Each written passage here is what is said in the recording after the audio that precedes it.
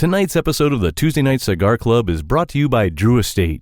Come experience the rebirth of cigars at www.drewestate.com and download the free Drew Diplomat smartphone app today to discover nearby retailers, RSVP to special events, redeem points to win exclusive Drew Estate merchandise, and much, much more.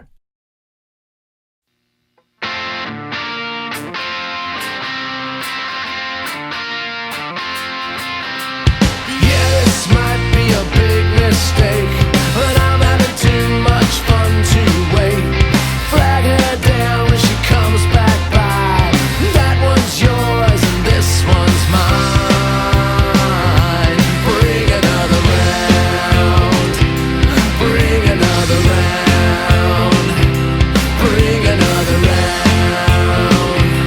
Bring another round. Bring another round. Bring another round. Bring another round. Bring another round. Bring another round.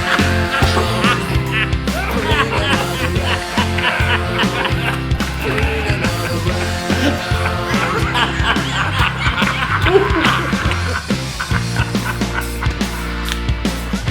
Here's the suckers. Good evening, brothers and sisters of the Leaf. Coming to you live once again from, well, all over the fucking place. It's the Tuesday Night Cigar Club. Tonight, the boys congregate via live video. Thanks, coronavirus, you giant asshole. To discuss the 2013 religion run amok film, The Sacrament, while smoking the delicious Jacob's Ladder Brimstone Un Presidente from Southern Draw, paired with a truly blasphemous amount of craft beers. So sit back, say 10 Hail Marys, light 'em up, and enjoy the show, you filthy sinners. Be one. He'll be one. One with the darkness. One with the darkness. All right. Well, boys, it's Sunday night, and I guess this is our big religious episode. See how that works? Ah, We're going to church on church day. We are recording this on a rare Sunday evening, and just happens to be our big religion episode. I'm not going to say I'm a perfect Christian by any means, fellas, but I did spend almost $50 at Chick-fil-A for me and the family last night. So there's that. Okay. Sorry, gay and lesbian friends, but I had to do it. Sometimes you just want you some Chick-fil-A. Hey, you know what? When you guys start making some tasty, spicy chicken sandwiches that taste that good, I'll stop going there. I do like some waffle fries. I promise. But yes, man, the girl took my order, and they have a very efficient drive-through system there with all these different workers, and I mean, it's just so well put together. And I couldn't help but thinking after I was leaving there, I was like, I might want to get a job there. Like if this podcast thing finally peters out, like it's always on the precipice of doing. I mean, can you imagine getting personal pleasure from handing a schlub like me some waffle fries? Hey, my pleasure. They don't really get pleasure from that, man. They're just telling you. and that's really, they work really hard there. Are you sure that's something you want to do? Yeah, it's kind of not your thing. I mean, think the kids at the local flower mound one here, they had to hire them to run the DFW airport, man. They're directing cars in and out of 3 different lanes. I want them to pass out COVID vaccine. You give them you get the COVID vaccine to Chick-fil-A, and boom, problem solved. Doctor, I thought you weren't allowed at the flower mound one anymore after you said, "Oh no, the pleasure's all mine," when you went through the drive-thru without your pants on. That didn't happen. Oh, that was Duncanville. And it was Captain D's. That was Captain D's. You're right. Which is why I went there pantsless. Captain D's nuts. Captain D's nuts. That's That was his old nickname in college. That was the whole reason for being. Hey, you were a political prisoner, pal. Right. Yeah. Okay. Is it just me, or is Chick-fil-A, is there 17-year-olds and 87-year-olds and nobody in between working there? I think the manager might be. No, the owner, like the franchise owner, might be somewhere in between. But yeah, I think you're kind of right. I think it's just one extreme to the other. Well, I gave the 17-year-old my name when I paid in the line. Then I get up to the window, and they all got their masks on, and they got these little carts with their orders. The other 17-year-old girl, because they're much like, your name, sir? And I'm like, Cade.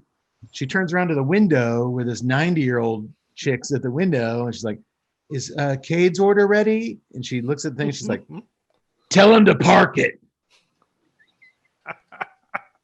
And I'm like, I'm as close to them as I am to my screen here. And I was like, I heard you. Like, you don't need to tell me. She's very, it was like, my pleasure. Tell him to park it. Park it, Junior. I didn't think that was very Christ-like. It was very abrasive.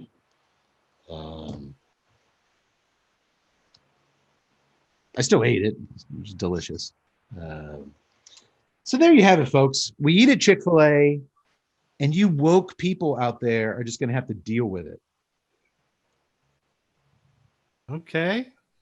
Or I don't really understand why you need to take an aggressive tone. It's just a fast food restaurant that serves wonderful waffle fries. Really tasty food that's inexpensively priced, and I mean, I can just see the woke cancel culture coming after us for eating at Chick-fil-A. I've seen the emails, guys, we get, and so help me God, I will cut up your high horse you ride in and dip it in Polynesian dipping sauce, and the four of us will eat that horse lightly breaded with a large sweet tea, and that'll be the end of it.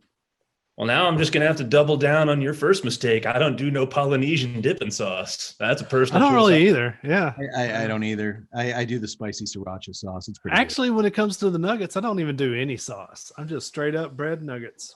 Dude, Tut, my man. Yes. Yeah. Yeah. So Yaks, they're both weirdos.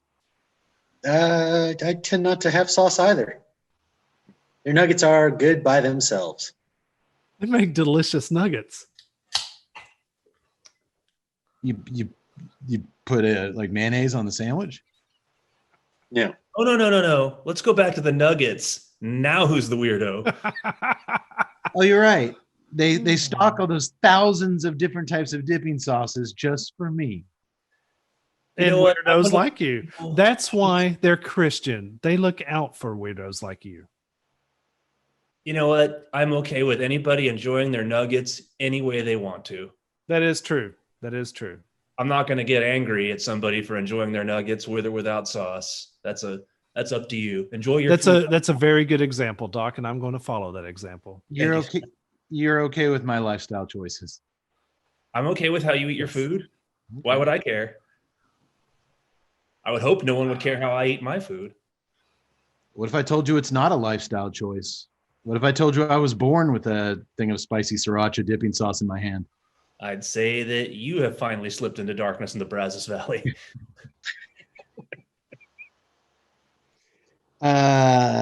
Wait, it's enough about Chick-fil-A. When they want to pay us to talk about them, we'll talk about them. Well, they've already just gotten a free 5-minute advertisement, so I'm afraid you're too late. Wasn't Slipping into Darkness in the Brazos Valley one of those bad Tarantino knockoff movies from the late 90s? It was. I believe it was also a Coolio song. It was co-written by Tuttletino and Tuttleo. Tuttletino and Tuttleo. Welcome, everybody, to the Tuesday Night Cigar Club, episode 128. Woot woot. Woot woot. It's our first episode in like months without us having to fill the boot of remembrance, so that's cool. Nobody died. Nobody died. Hey, I was trying too much Chick-fil-A. I was trying to follow up on some production stuff. Is this our first Sunday show done on a Sunday? You know, the doctor asked me that earlier. I can't imagine it is. Usually towards the end of the year. Yeah, we get a little bit crazy, don't we? we between the holidays and now with your college finals, and we gotta get the shows in when we can. We still put them out on Tuesdays, but we record them whenever we can squeeze them in. And okay. And for some reason, I guess it's just their way their manufacturing schedule works. A lot of cigar manufacturers put out their cigars in the last quarter of the year, and if they'd like us to take a look at them, we usually end up getting them end of October, November. And if there's some hot new releases, as the kids say, and we want to get them on the show before the end of the year, we really have no choice but to step up our shows a little bit. So hence, yeah, we're here on a Sunday night, which sucks. I like watching Sunday night football. Yeah, especially tonight, because this looked like a pretty good game. Yeah, Chris and Al over on the Sunday Night Football crew are my favorite by far. Oh, look at David Carr, his shoulders glistening in the Las Vegas sun. I guess I could pick up the Chris Collinsworth with the cigar tonight. My God, Al, look at that 9-inch beast. I mean, it's firm. It's gonna smoke like a champion. I mean, good God, Al. These are serious beer drinkers, Al. I can't imagine there's a liver in good shape amongst the four of them. These guys mean business. Just look at Cade's shoulders as he puts the pint glass to his mouth. I mean, my God, Al. The guy's got to be a sexual dynamo. For you folks that aren't familiar, just watch Sunday Night Football and listen to Chris describe these tight ends. Or anything. They call him... Have his own variety show. Al, they call him a tight end for a reason, if you know what I'm saying. Okay, anyway. I'm sure there'll be more football. It's Thanksgiving week. We're going to have lots of football this week. You got 17-14 Raiders at the half. There you go. Thank you for keeping it posted, Dante. Well, dudes, plural, you dry nugget-eating bastards. What do we do here every week? We drink some beers that are carefully, cleverly paired with the evening's premium cigar. And all of that, it all starts with the film. And I think we've got a doozy for you this evening. Beer. Stop stroking that yaks. No, can't tell me what to do. Look at the way he's working that cigar in his hand, Tut. Serious stroke action there. Beer, cigar, films. You're in the right place if any one of those three interest you. Let's start by telling the audience what we're drinking tonight. I'm actually being a kind of a problem child for Yak Boy, who's our resident beer expert. I told him I'm going to be drinking 3 beers tonight. Not 3 like quantity, but 3 different beers. Right. You mentioned quantity earlier, like just so many. If they were just 3 beers, they would be, this big. He said he's not even going to have a chair tonight. He's just sitting on beer. Well, my first beer this evening is a special one, and it ties in to the show in a very special way. I am drinking the Yuengling Hershey's Chocolate Porter, which for you local Texas listeners know, we don't get Yuengling in Texas. It is not available to purchase here. I was asked in exchange for sending our friend the Rev, religious episode, Rev. Yeah, bringing in Rev. All right. There we go. If I would send him a 40-ounce giant thing of Whataburger spicy ketchup, because he can't get that up in New York, and he likes dipping shit in it because he's normal. Well, spicy ketchup, that's for fries. Once again, if you want to choose to, have problems with the way other people eat their food, that's a personal choice, and that's okay. If you want to do that, I'm not going to do that.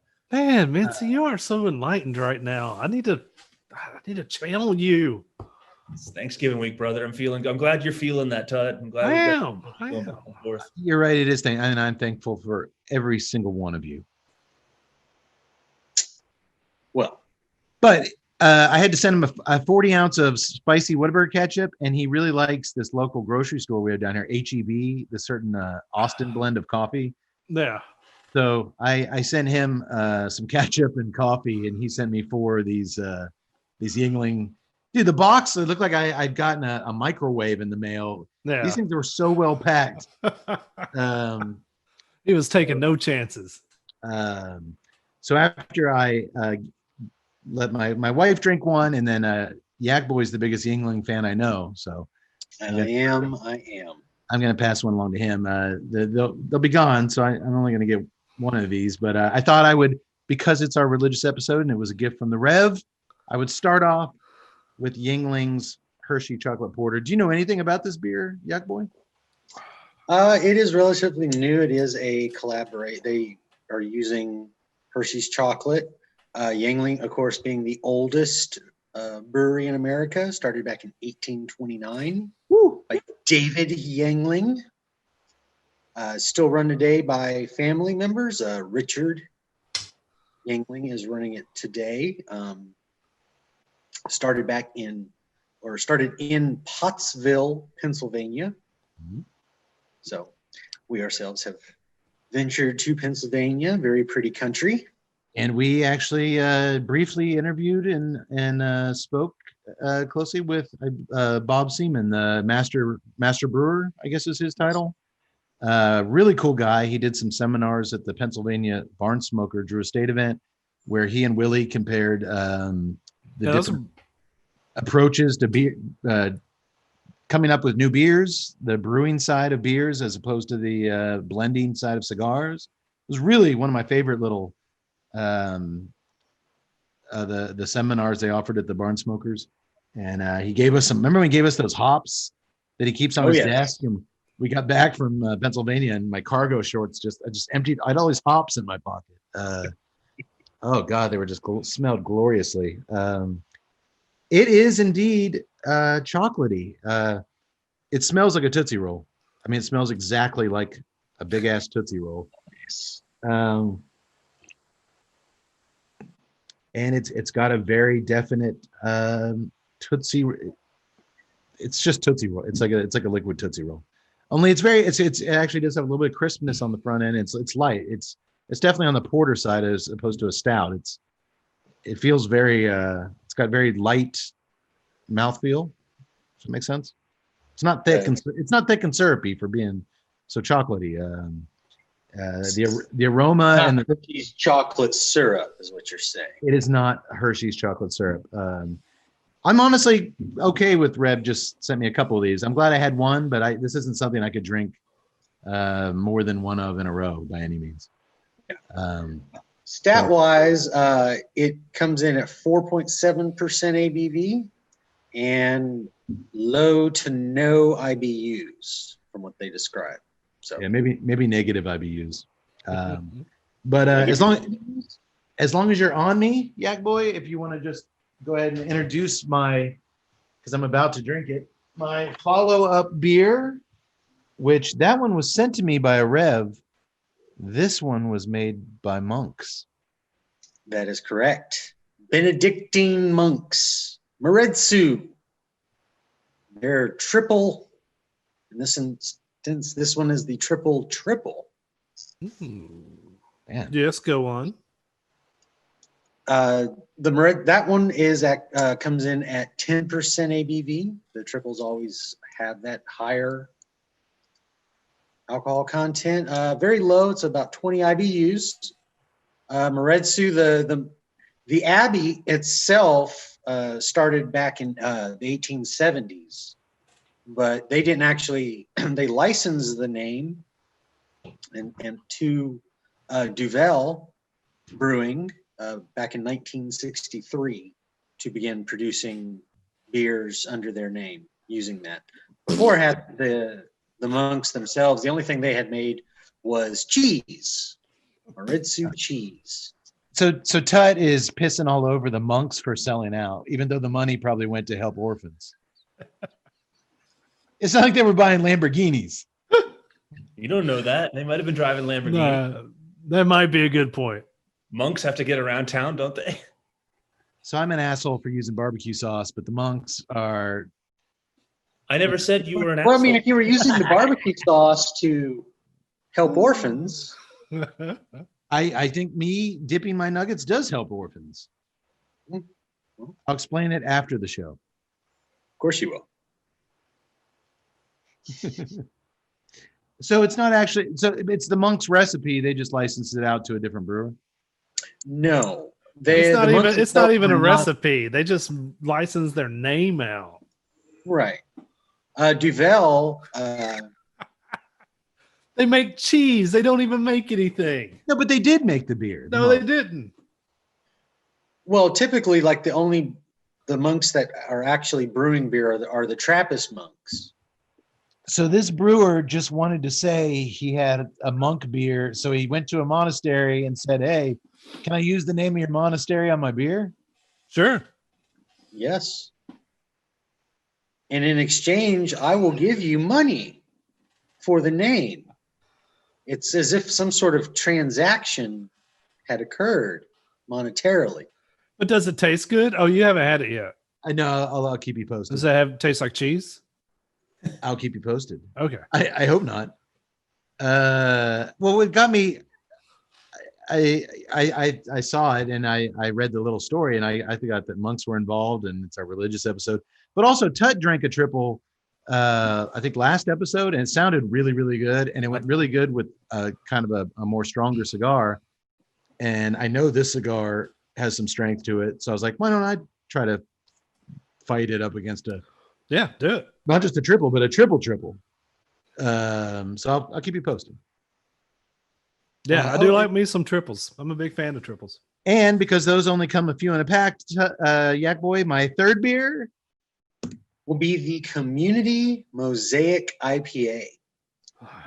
Community Brewing, located in the wonderful city of Dallas, right up there next to the dock. Yeah. The Community is 8.6% ABV, 85 IBU. So that's right in. This is a fairly popular beer, at least in Texas. You see it everywhere. But Community, the movie involves these people starting a new community of fellow worshipers, and their fellowship is very strong in their community. It's nice. You've Yeah, tied that's great. everything That's all great. together. Everything's there. All right, we'll see how you pairing geniuses do this. All right, so there's my beer lineup for this evening. I'm sure they'll all be interesting in their own special ways, much like you guys. Tut's over there rolling his, yes, doctor. Have you had the Mosaic before? I have. It's been a while. I actually had it on tap most recently, and I think I like it. Okay. I'm curious because they have it in one of my local confectionery shops, and I have not tried it myself yet, but was curious. It's a fairly straightforward IPA as far as the nice strong hops. Yeah. It's got a really nice aroma to it. No joke. And it's for without being a double, up there in the 8%. Yeah, it's good. It's a really good beer. But like I said, it's one of those ones you kind of see in grocery stores, and Yeah. it's a very popular IPA offering. All right. And for good reason. It's pretty good. Mhm. All right. Yeah, I was just rolling my eyes because I've got this big, huge honking cigar here that I'm ready to get to. We'll get to it in a few minutes. Oh, that's why you're rolling your eyes at me and leaning back in your chair. And look at that. He's been in that pose more than he's been looking at the And now for my fourth beer, I'm going to be bringing up this. No, I'm stopping at 3. Actually, I had a fourth, but I want to give you the pleasure. My pleasure. That was my pleasure. All right, what's Todd drinking, Yak Boy? Tut is drinking what should be, hopefully, a wonderful Russian Imperial Stout called Slipping into Darkness. Ooh. Just cue the Simon and Garfunkel. Yeah. It is Hello, darkness. Wait. Do we get sued for that? Probably. I've come to drink with you again. Sorry.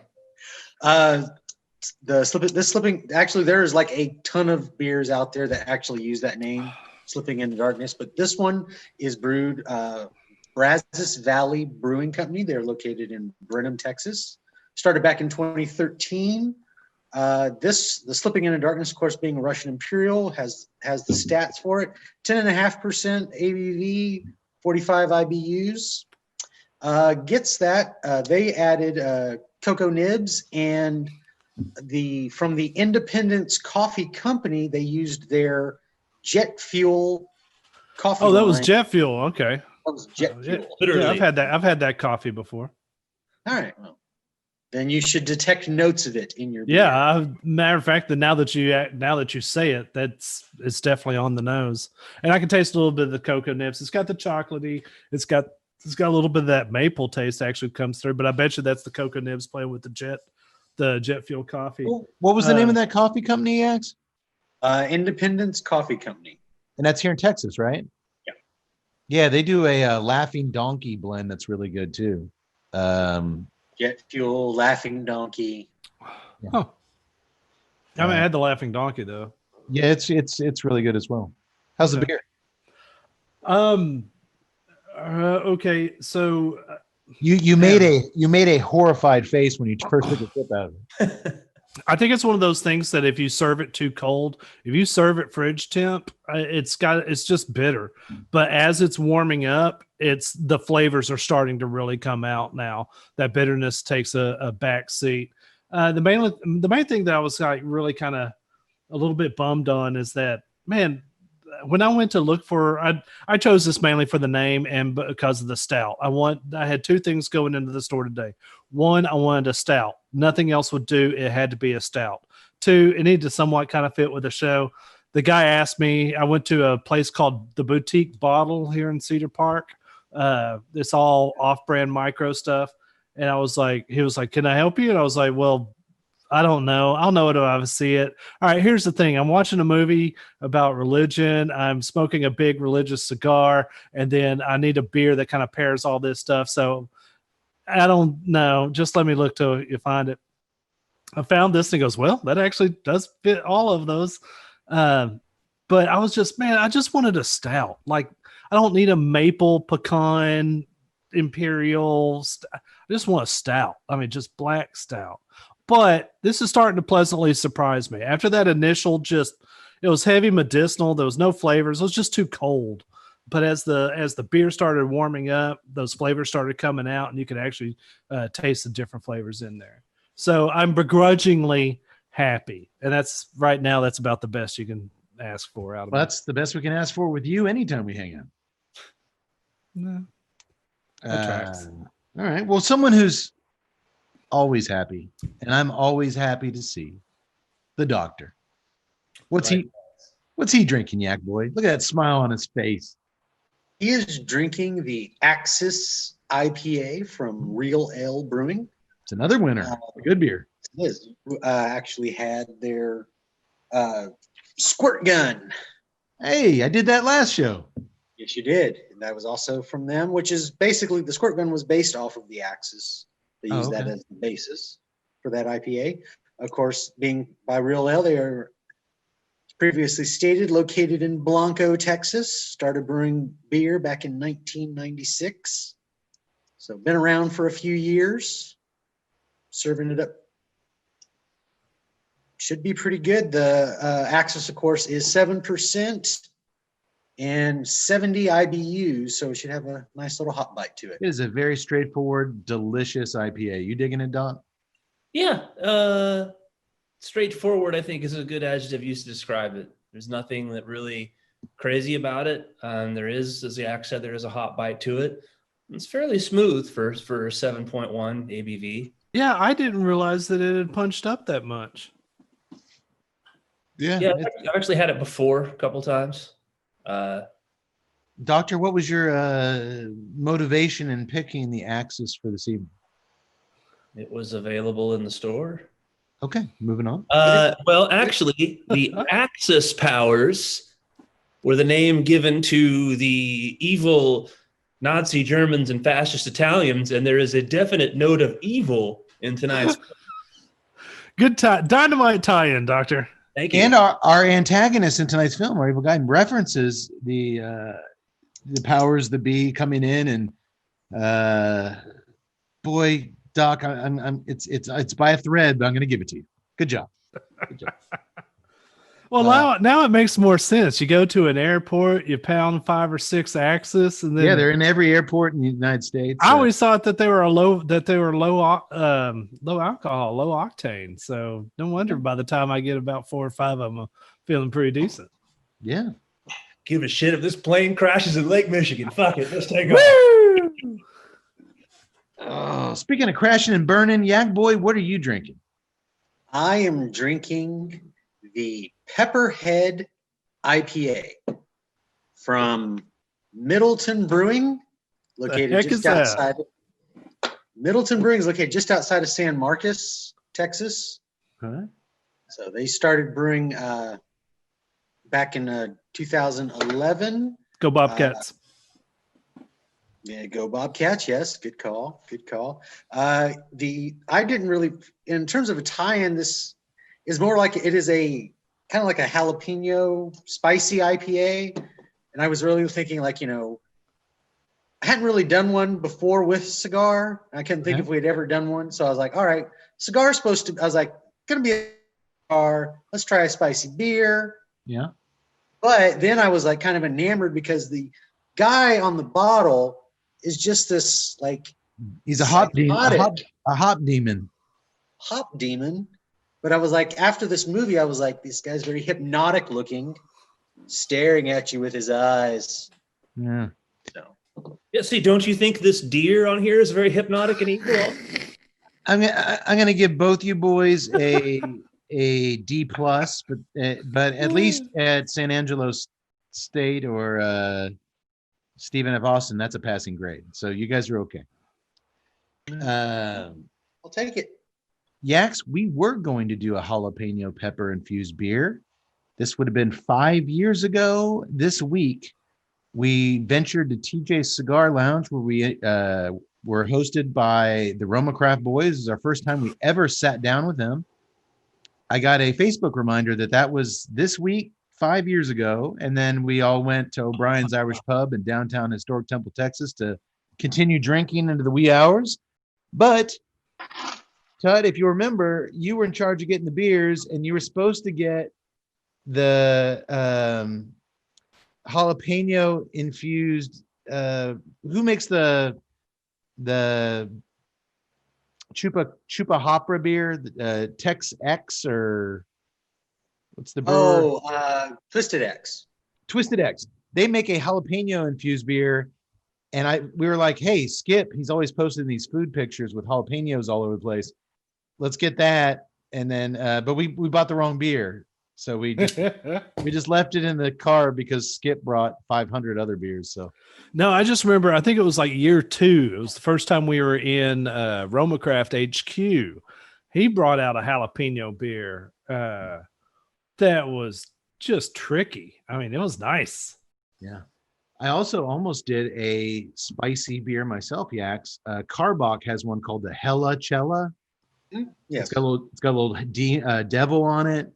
But I was like, oh no, Tut will make fun of me if I do Carbach because they sold out. But then it turned out I picked the Monk sellout beer. So I got made fun of anyway. And that was wrong of me. According to my mentor, Doc, I should not. Doc, what shouldn't I do? Judge others for their decisions. Well, judge others for their eating and drinking decisions. Okay. But I should not judge others for uh, their eating or drinking decisions. Yeah, that's a good call. I've always lived by that. Not exactly. In fact, you judged us this evening for eating dry nuggets. Okay. Yak Boy, how is the beer? It's actually really good. I was a little concerned, but the whole pepper thing, because they didn't use just jalapenos. Apparently they used several, but they didn't list them. Ghost peppers. Probably. It has a little bit. You can taste just like on the backside a little bit of that pepper, but it's not like it. It's really not making the beer spicy in any way. It's not giving that. So primarily, I'm getting just a kind of more of a solid IPA flavor. It is a little. It has a good hop, a little bitterness to it. I like that. Of course, it does say it's supposed to be 70 IBUs. So okay, what's the ABV on? 8%. Okay. So we've got a jalapeno and hot pepper infused beer. We've got a triple, which I actually had to drink a community IPA first to get that chocolate taste out of my mouth before I went to the triple. I had to kind of cleanse my beer palate with some other beer, and I'll go to the triple. And then Tut's got a chocolate nib heavy stout. And I can tell you boys already, I've had one of these cigars. I think it can handle everything we're throwing out. I'm not going to say what my feelings about one or another, but I think we'll be fine with these beers for the most part. I guess I should probably introduce the cigar. Tut's drooling all over it. Tonight's cigar is the Jacob's Ladder Brimstone Presidente by Southern Draw. It is, as Yak Boy, you on YouTube can see, the cigar just keeps going and going and going up a screen.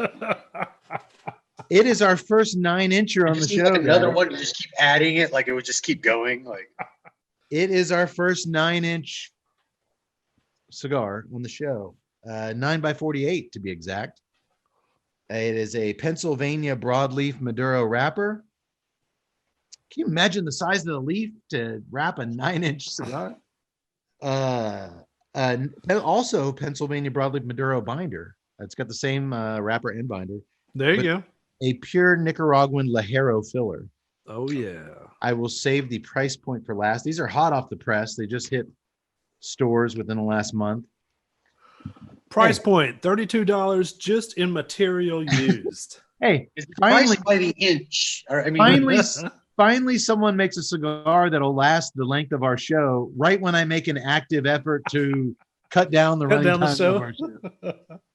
Well, I mean, it's supposed to last, but Tut's going to finish in about 30 minutes. He'll be like, "It was good, but." That's true. It actually does smoke quicker than you would think. But yeah, that totally tracks. The first time we get submitted a 9-inch cigar, and I'm like, all right, we got to get the show down. Let's. All right, the Un Presidente. Tell me about it. It was released just prior to the recent presidential election, which was a couple weeks ago, 3 weeks ago. We have president yet, guys? No. Yes. We have a president-elect. Yes, we have a president. Don't be silly. But Chief Evangelist Robert Holt of Southern Draw says that was strictly coincidence, the timing of it. It was blended and named to pay tribute to the many Cuban cigars of a similar size. We often see cigars like this referred to as an A Vitola, like the Drew Estate A and many other A's. But an A technically is 9 1/4 by 47, so this doesn't quite fit the mold of an A. Yeah. And of course, many Southern Draw lines of cigars feature biblical references such as Brimstone, Rose of Sharon in their names, which leads us the Cedrus, which leads us to the film selected for tonight's discussion. It's our religious episode. We darn well better do a religious film, which we'll do. Yeah, this is the one you choose. All right, I got you. I almost went with The Last Temptation of Christ, and then I went a different direction. Could have gone with The Greatest Story Ever Told. No, you went a different direction. Is that a movie, The Greatest Story Ever Told? Yes. Is it From this Judah Ben-Hur? Ben-Hur. I've seen Ben-Hur. Yeah, there's also The Greatest Story Ever Told. Well, we could have done Ben-Hur. About Jesus? We have a cigar to match it now. I mean, 10-hour movie, 10-hour cigar, possibly. Yeah, I guess we could have. But I made this decision. I'm going to stand by it. One day you're going to trip my religion nerve, and I'm just going to go straight on Father Tut on you. I'll convert you. I'll get you to see the light. It's on that little collar. Some of us, Tut, already have the light. Ooh, yes, brother. The doctor has just shown us a very well-polished crucifix he wears across his neck. As I said at the beginning of the show, I'm perfect. I do consider myself a Christian. My intent here tonight is not to cast negative aspersions on the Christian religion or any religion for that matter. It's just to tell you a story about a movie and about a cigar and about a beer. We are all but imperfect sinners in the eyes of the Lord, Cade. Hey, Everyone has to sin a little bit, boys, as long as it's approved by the Cadester. And I approve of everything we do tonight. I don't know about that in the scriptures, but all right. Well, that's a line from tonight's film. Just take it. I approve of most everything we do. Well, hey, speaking of booze, because that's what we just got to talk about. Do you boys know what my personal favorite form of booze is? What's your favorite form of booze? Yes. Malt liquor? Top 5, but you're wrong. Whiskey. More specifically? Bourbon. Doctor knows me. The man knows. Yes, that's right, Doctor. It's sweet, delicious, American-made bourbon. And who's one of the most respected, legendary granddaddies of American bourbon, Tut? Pappy Van Winkle. And the cigar wizards over at Drew Estate have partnered up with the Van Winkle family to bring us one of the most unique cigars currently on the market. The Pappy Van Winkle Family Reserve Barrel Fermented Cigar is a long filler premium cigar rolled in limited quantities at La Gran Fabrica Drew Estate in Esteli, Nicaragua. Deep barrel fermentation is the key process that makes this expression vastly different from anything else on the market. Hand-selected leaves from where, Tut? I'll keep putting them on the spot. That's right, Kentucky. Are packed into small torquettes, which means what, Yak Boy? Torquettes? Bundles, which are then loaded strategically into oak bourbon, Tut. Barrels. All right, you're back on track. Water is then added while immense pressure is applied to the torquettes via railroad jacks. The tobacco is removed 2-3 times per year, shaken out, then repacked. The total process of fermentation takes 12 to 18 months, leaving a truly unique flavor profile and aroma. The Pappy Van Winkle's Family Reserve Barrel Fermented is now available at brick and mortar Drew Diplomat retailers everywhere. Go seek you one out. Because once you get that Pappy Van Winkle, you can sit down, you can pour yourself an IPA or another alcoholic beverage of your choice. You can watch a movie. And as long as you're doing those 3 things, you're just like the Tuesday Night Cigar Club. Just like us. That makes you one sexy motherfucker. Oh, religious episode. That makes you one sexy son of a gun. Try to watch my language tonight. Why? And if you work out, you will be more healthy than 3 of us.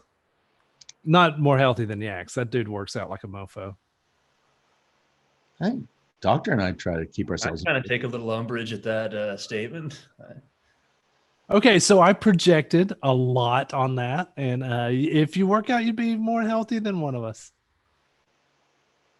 It's more like it. That's okay because I'm not going to judge you. That's Cheers. right. I'm just saying, I'm getting a lot of. I'm putting on my winter weight. Mm-hmm. You never know what's going to happen with this quarantine thing. We might need to store fat for starvation.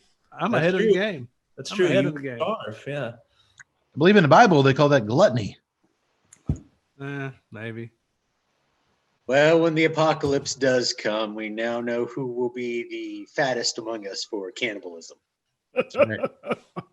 I get his meaty little pork chop thighs. Oh, I did not plan this out at all.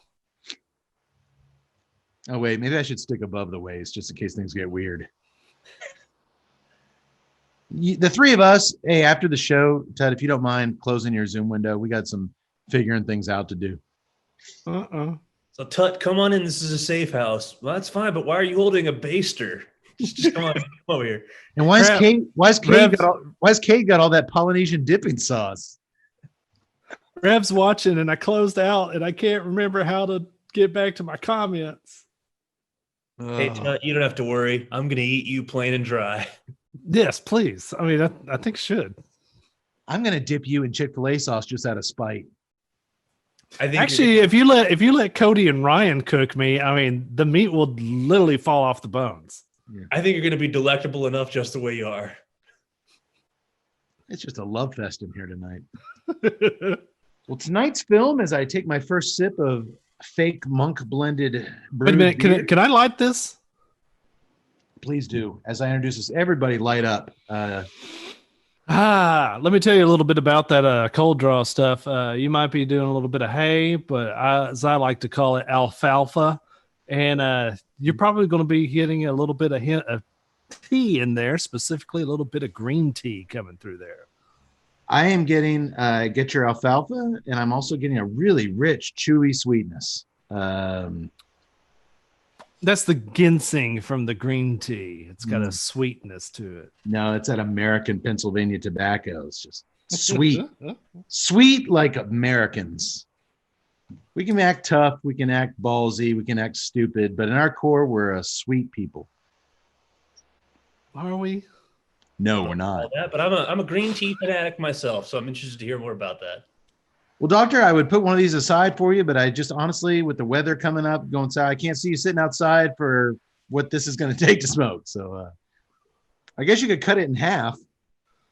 But I'll send you some reasonably sized cigars. Alfalfa and just a really rich, chewy sweetness. And Todd, there might be something to your tea theory there. What about you? Now, Rev, I am all better. What are you getting, Yak Boy? Did you get those same things on the cold draw? I did. I got a little hint of chocolate as well. That could be the cocoa nibs from Tut's beer you're picking up on. They are mighty. They reached through Zoom and slapped you. Anything that I'd be tasting, I would be like, green tea and jalapenos. But I'm not getting that. Man, there's a nice bold spice through the nose. But man, just you guys getting really rich coffee on the draw? Yes. No, I might have picked the wrong beer to try to isolate coffee. Yeah. Tasting nothing but coffee. It's weird that you said the bold spice because I don't get the bold spice on the nose. I get to me, it's very more moderate. I think it's. Well, I don't say bold as in it doesn't have that tingling sharp spice, but it's definitely heavy in the nose. You can feel its presence. Gotcha. But yeah, it's not like a jalapeno or a really sharp, crisp pepper, but it does weigh heavy the what spice is there in the nose. But yeah, there's just a really rich coffee and earthiness on the draw. Aroma is wonderful. Yeah, the aroma is definitely nice. Well, boys, we do have a film tonight, so I'm going to tell you a little bit about it.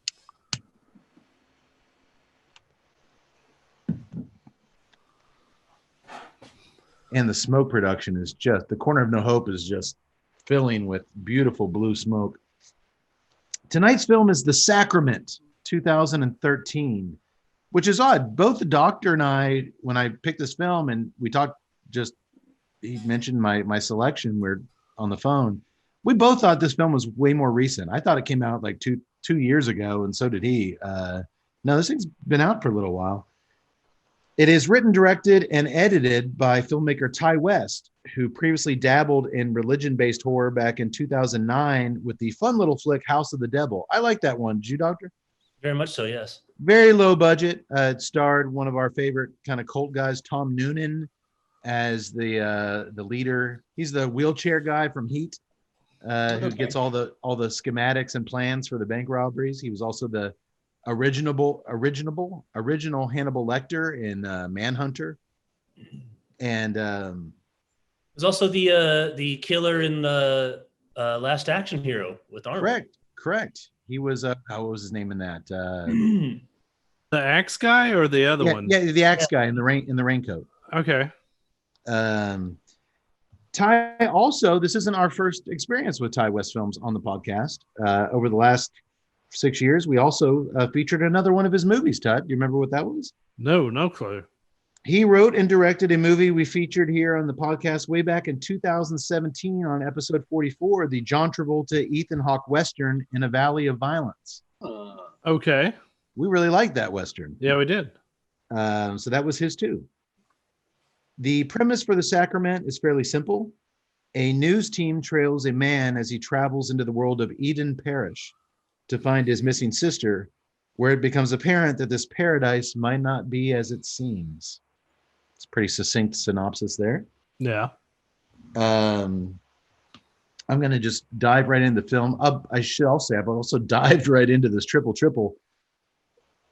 I said I thought the cigar could handle a lot of flavors, and I'm not. Did you forget what a triple will bring? I'm not backtracking on that, but this beer really is flavorful. It's got a very plum heavy kind of dark fruity aroma, but it's also a very malt heavy beer, which I guess is the way of the triple. Can be. But boy, there's actually a little bit of IBUs on the front end. It just feels like a bunch of dark fruit kind of mashed in with some malts, and it's a strong beer. It's kind of a powerhouse, but so far so good. So I'll keep you up to date on that, and we'll get back to the cigar and beer shortly. The Sacrament. Yeah, that I get your boldness on the nose now. It's cooking now. It's actually starting getting a little bit of spice forward on the nose too. It takes a little while. I wonder if that's just burning through that closed foot. But probably. Once it gets through, yeah, it just kind of hangs there in the top of your nose. It's nice. Well, the Sacrament gets right to the point. Please don't let, if you watch this film, that Eli Roth Presents credit scare you off in any way. This is not in any way, shape, or form an Eli Roth film or anything like an Eli Roth film. I will disagree a little bit later. Okay, a little bit later. It did. That did make me nervous before I saw it, just because I thought there might be gore for the sake of gore. But Cade told me before I watched it, and it was an apt explanation. You were correct that don't let that color your thinking about it in any way, and whether you like or dislike the movie will have nothing to do with any preconceived notions you have about any Eli Roth. Yeah, doctor saw Eli Roth's name in the trailer and naturally got a little nervous. We're a little, we've been hurt before. But I wanted to kind of let him know that, at least in my opinion, Tut, that should not weigh heavily on your viewing of the film. I thought you were right. Thank you. So we're immediately introduced to a reporter from Vice Media, Sam Turner, played by one of my favorite working actors. I haven't seen him in a while, AJ Bowen. For someone I say a younger actor, I think he's our age or close to it. He doesn't pop up a lot. We've only seen him, I think, once here on the podcast. He was the government agent's kind of personal assistant in The Guest. He was the one that was the guy who was been a while since I've seen that. The guy who was trying to make all the plane arrangements for them to come capture the David, the guy, and he's trying to cash in his frequent flyer mile. It was a very small role, but he was very he was good in it. But he's a really good actor. I like AJ Bowen a lot. And his camera operator, Jake Williams, who's convincingly portrayed by filmmaker and sometime actor Joe Swanberg. Swanberg is one of those guys who rose to fame with the Duplass brothers with the mumblecore movement, which was these really dialogue heavy, kind of fly improv heavy dramatic films in the early 2000s. So he's a writer director, but he does sometimes act. Those are your two main journalists here, Sam and Jake.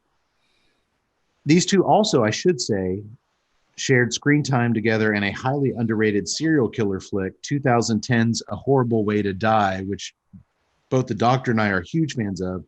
AJ Bowen was the serial killer in that. And it was one of the earliest films from the director of The Guest, Adam Wingard.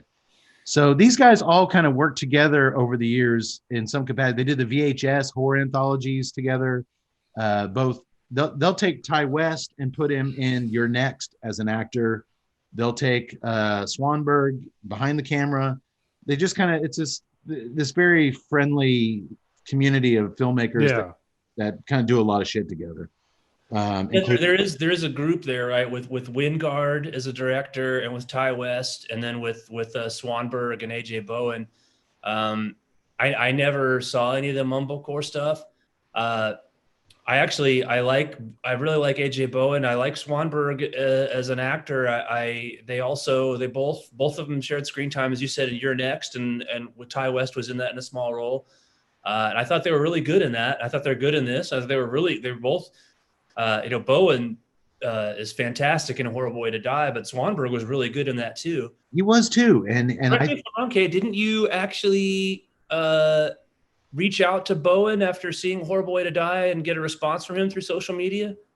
I did. It was so long ago, but I was so taken by his performance in that. And that was back when I was working on a script, and I really kind of saw something that I thought would be really good for him. And he was very awesome in his, communication with me and everything. We ended up not doing that film, but I just like the guy on screen. I just think he makes it look effortless when you can tell it's taking a lot of effort if you know what to look for. But he just has a very easy. The good ones make it look easy. Yeah, and A Horrible Way to Die. I mean, this doesn't give anything away because it's who the character is from the beginning. He's a serial killer, and he's not like a very big, menacing, scary-looking guy, but he really is scary when he needs to be in that film. And obviously, he plays a very different role in Your Next and a very different role here. So the dude is in a different role in House of the Devil. He's a really good actor. I've also been very impressed. Yeah, that's right. He was. I forgot he was in House of the Devil. He had a very small. Well, I kind of like this troop. I like Your Next, and I like the Guest. So, and I like the In the Valley of Violence. So yeah. I think we're doing all right. I think so too. A lot of these little filmmaking communities use each other interchangeably, and all their shit sucks. These guys actually make a lot of good things. So Sam, AJ Bowen, and Jake Joe Swanberg are the reporter and cameraman for Vice Media, which is a real entity based in New York City that is known for covering provocative and controversial stories, usually overlooked by the mainstream media, or as Tut calls them on Facebook, the lamestream media. That's not what I call them. The opening, I'm just busting your butt. Of course not. You're a reasonable thinking human being. The opening title card also tells us that this new age type of journalism has produced some of today's most compelling and original content in a style often referred to as immersionism. What the hell is that? I've never even heard that. Often referred to. Have any of us ever heard that term? No. And I've even had a media course. Yeah. I had to take a media literacy course this 2 semesters ago. Never heard of it. I never heard of it either. And I think they're using a term to describe something that Hunter Thompson came up with 50 years ago, which, when he first started writing his books like Hell's Angels and Fear and Loathing in Las Vegas, he referred to it as participatory journalism, which is obviously more syllables in it, but it was basically that, like Hunter Thompson did, he immersed, if you will, himself into it. That it wasn't just, I'm not reporting the story, I'm diving right into it, I'm going to be a character in it. It's a rebranded version of gonzo journalism. Right. That's what it is. So Hunter might have been the first immersionalist. He just called it participatory journalism, and then as Tut said, gonzo journalism. That makes sense. That participatory journalism makes a lot of sense, especially when you see what these boys do tonight. The Vice News team is gearing up to travel to an unknown foreign land with their friend Patrick, whose long missing and troubled sister Caroline has sent him a letter asking him to come see her. Here's the letter. Dear Patrick, sorry you have not heard from me in so long. I've been working hard with everyone to build a community, like Cade's beer community, where we can finally live free as God intended. We're not there yet, but we're so close. It's the most beautiful place I've ever been, and I would love if you came to visit. We have so much love here, but I miss your face. Love, Caroline. And there's a phone number. She had been residing at a sober living community in Mississippi, the doctor style, but when he calls to speak with her... That's not true at all. But when he calls to speak with her, a man tells him over the phone that Caroline has moved out of the country with the rest of the community, and he's told only where to fly into and that a helicopter would be waiting to take Patrick the rest of the way. Yes, he needs to fly into Guyana, South America. So they don't say where he needs to fly into. That's a point I want to discuss real quick. So basically, fly to this place, then a helicopter will take you to this other place, and then you can meet her. As Patrick was telling the story at a party in Brooklyn, where Vice is based, his buddies who work at Vice thought it was so vague and mysterious that they just had to, doctor, participate and tag along to document this bizarre trip. And that's all the info we get as we watch the guys head to the airport. There's a fast-paced song playing. They travel by plane. That fast-paced song is called Heartbeats by The Knife, and it's a very cool song. You like that song? Well, I love that song. Within the first 2 minutes, we see him up in the plane, and we see him in the helicopter. But we literally have no idea. Is this Central America? Is it Africa? We have no clue where geographically they're headed. Tut, to your point, I think, would y'all have liked more info to prepare us, the viewer, for where they're headed? Or was that enough for you? We're going here, we're going there, we're going there. Could y'all have used just 30 seconds more of like why these journalists would saddle Well, up? that was my problem. Was like, you don't travel to a foreign country. Well, I mean, obviously, if these are journalists and all this, they're going to have a passport, blah, blah, blah. But I'm like, you got to get plane tickets. You got to have travel plans. You got to. No. I got the feeling they knew. Yeah. But they never told us where they were going exactly. I kind of would have liked to have a little better wrap my head around where is this just outside? Is this Mexico? Is it Africa? How drastic was this community's move to justify these two Vice media to like, hey, we're going along on this? I'm of two opinions. I think that on one hand, the total cynic in me is like, oh no, I'm not buying this. What's the information? You can't just be like, oh, here's a nice little letter, and then a professional news team goes, oh yeah, we got to travel down there and cover this vague ass letter. I would like a little bit more information on that sense, but at the same time, I appreciate that you're boom right in the story, bam, bam, bam. This is so, and I don't mean this in any derogatory way because I enjoy the movie. Obviously, this is so much based entirely on Jonestown and Jim Jones. Yeah. That made the Guyana references where Jonestown was. So you're right, Kate. It would have been helpful if they said it. I just assumed it was somewhere in South or Central America because of the way that it's all really a fictionalized version of Jonestown.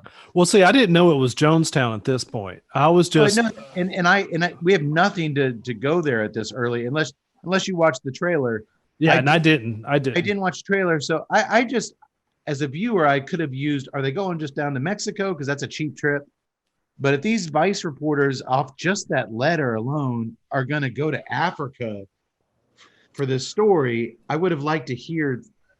To me, like I said, I think looking back at it after seeing the movie, I would like a little bit more information if I'm being critical. But in the moment, I think it was fine because it launched right into the thick of the story, and that's what that's what you want to do. I think.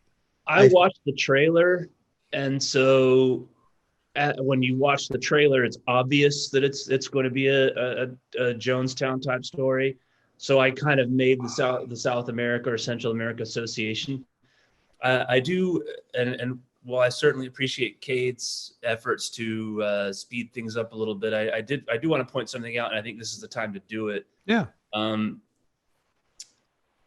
of the great things about any suspense or horror movie, and this is one that does that, is to the viewer is when you become immersed in it yourself to the point that you begin the what would I do situation. Any really good horror thriller movie does that to the viewer, where you're imagining yourself of how am I going to react given what I know. And I mean, we're watching a make-believe movie, but the good ones really make you think about what would I do in these situations. And so there's a point coming up, I don't want to get too far ahead, when I talked to Kate and said, that's where I would have stopped. But after looking at it here and having some time to think about it and putting us in the Tuesday Night Cigar Club as we're the journalists covering the story. And at first I thought the minute I get that letter, even if obviously they know where they're going, as Kate pointed out, even if it says Mexico or Guatemala or whatever, instead of Africa, which is on, obviously the other side of the world. Yeah. After thinking about it, I was like, no. When I originally talked to Kate, I was like, this is where I bail out. And then I was like, no, I'm going to bail out when I get that letter that says you're going to fly here into Guatemala. I'm just throwing that out. And then the helicopter will take you. And then I've had a minute to think about it again. I was like, okay, good. I would have had a couple days to think about it. So I came up with, here's what I would have done. I would have flown there with you. Certainly wouldn't have gotten on the fucking helicopter. I would have said, okay, guys, I'll be back here in 24 hours to get on the helicopter. And I would have gone to the American embassy and then said, there's some shit going on. I don't know if you know these people are out here. It's very shady. My buddies just went over there. I didn't go with them because there's a chance they're going to get their dicks cut off and eaten. But I want some Marines on standby as to be going back. And we're getting way into the weeds on this, but I think that if it was similar to the American embassy back in the Jonestown era, they would have said, yes, we know they're a religious commune, a little bit freaky, but we haven't heard anything bad so far. We're really putting the cart ahead of the horse here. We haven't really talked about anything with what's going on here. but I kind of agree with Doc that I was just like, I ain't getting on that helicopter if you don't tell me where I'm going. I understand that too, but I also, if we're talking about putting us in these reporters' shoes, there's certainly no juicy documentary coming from you going to the American embassy and talking to a bunch of suits. No, that's why I'm letting you three go out there in the helicopter. I'm going to the embassy. Well, my other thing was like, okay, these are quote unquote reporters.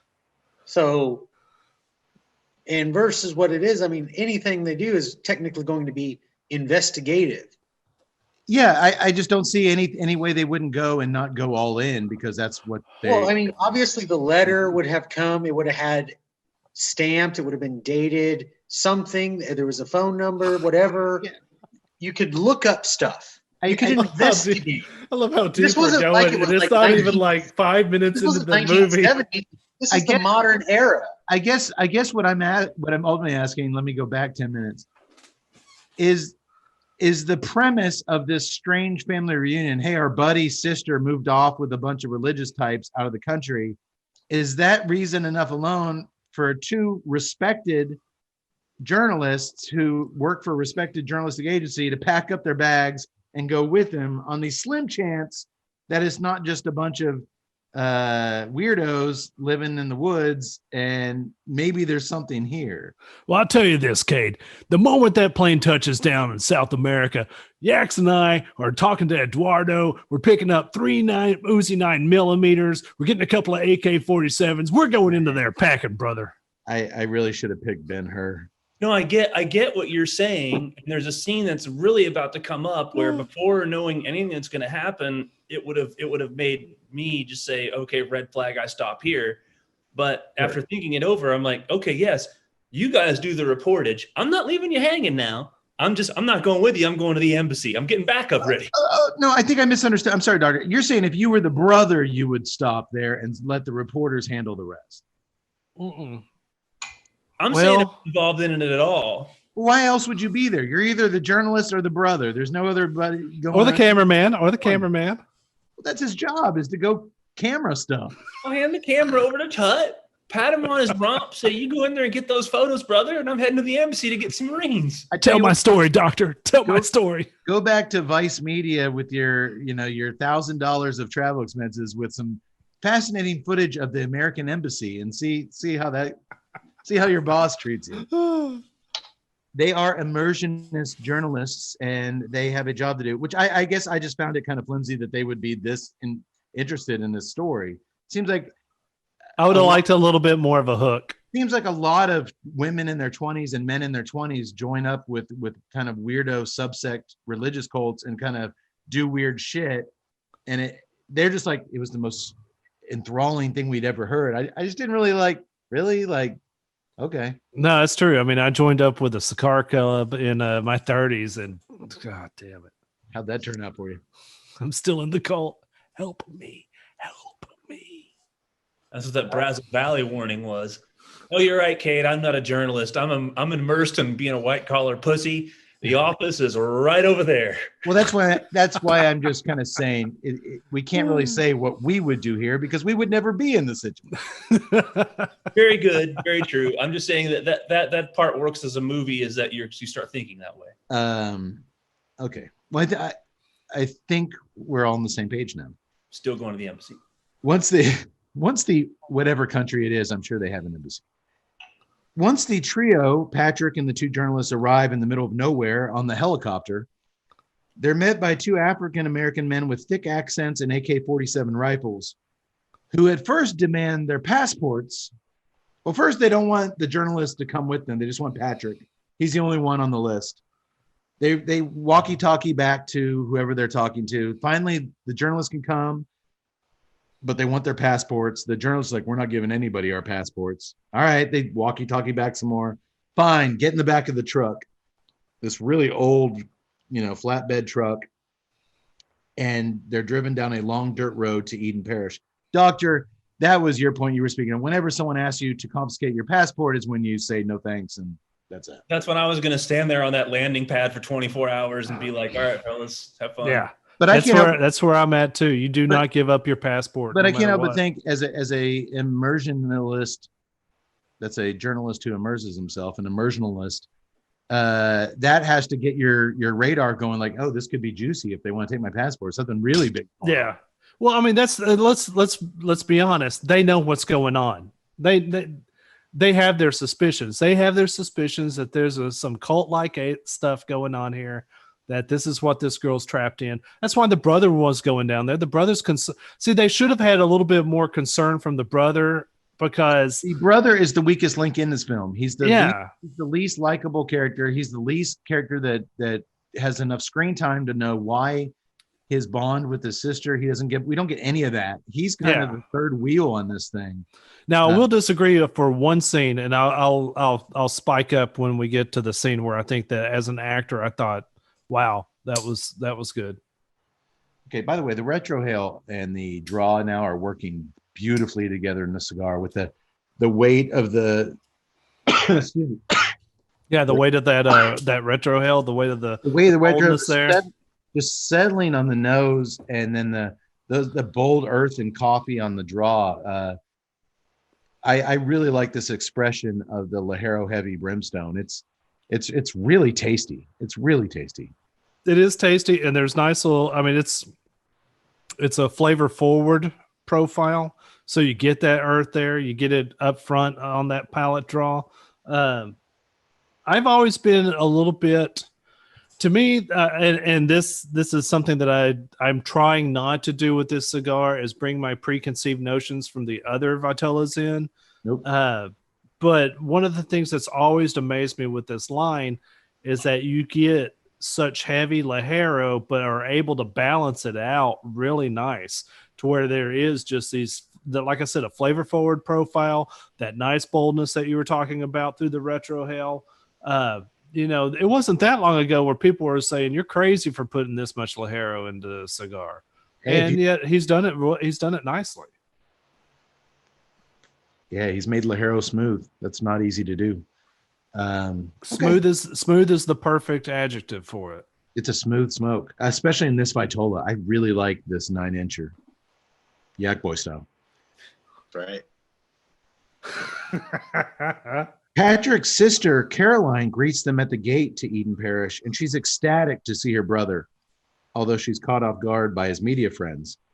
She seems hesitant to grant them permission to continue filming as they enter the grounds, but she's super friendly and laid back. I mean, she seems just like a normal late 20s girl. She's like, go right ahead, just do your jobs, keep filming. Everyone here is so excited to show you our community, what we've helped build.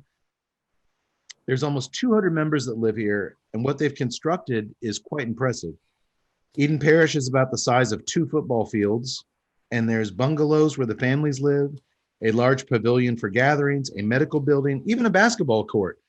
For guys like me and Yaks, when we get that urge later to shoot some hoops, which we do at every given opportunity, we'd be okay there, Yaks, with that basketball goal. Absolutely. Did y'all actually play basketball? No, y'all didn't. In Nicaragua? No, Yeah, we went yeah. out Yeah, we to did. throw the we were going to shoot a couple of things. Hey, whatever. But then we literally like got schooled. Everybody got schooled. Like, Oh, the two guys who hadn't played basketball since they were 9 years old got schooled, did we? it wasn't even that we got a chance to actually get a hold of the ball. Here's the thing: when you're traveling internationally and you've been drinking local beers for the last like 8 hours, and a bunch of guys are like, "Hey, we're going across town and shooting some hoops. You in?" Fuck yeah, we're in.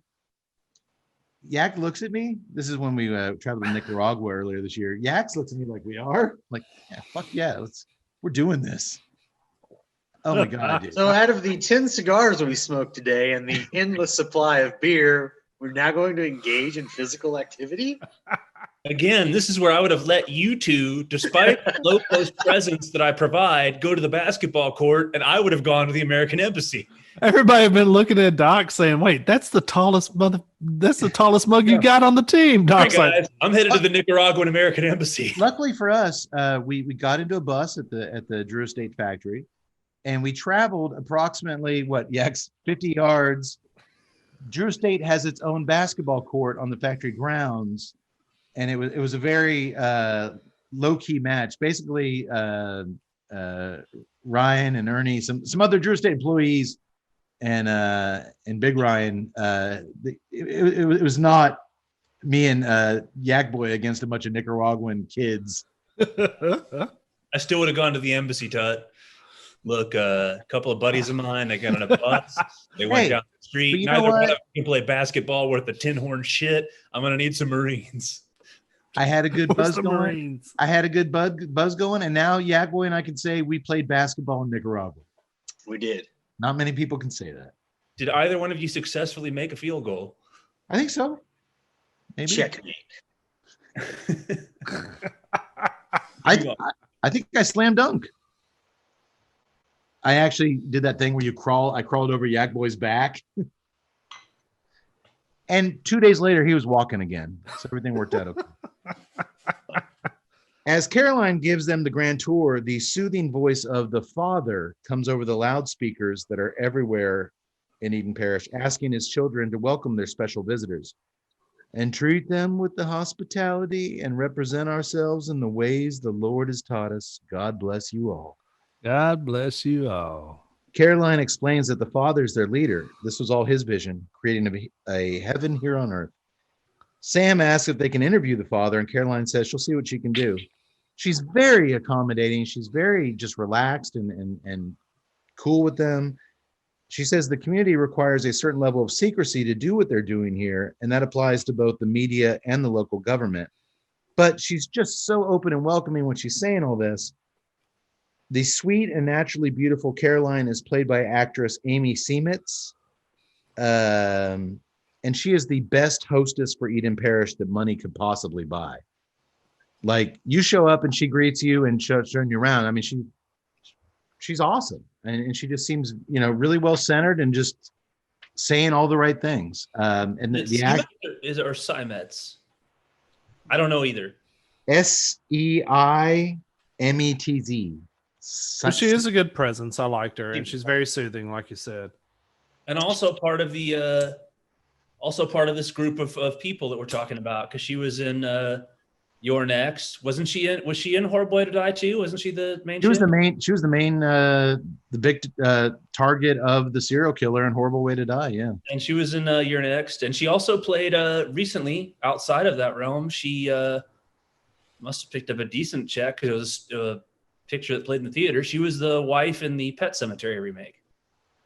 Oh, was she? Yeah. Man, she's really good in this. She's really, really good in this. Well, Caroline is ultra ecstatic while explaining how this place has changed everyone's lives for the better, and her enthusiasm seems genuine and from a place of real honesty. Mm-hmm. I thought her performance was sensational in this film. I remember too, she's supposed to have been a hardcore drug problem, and now she seems all clean and healthy. Yeah, I mean, perfectly. And Doctor, we've seen enough horror films.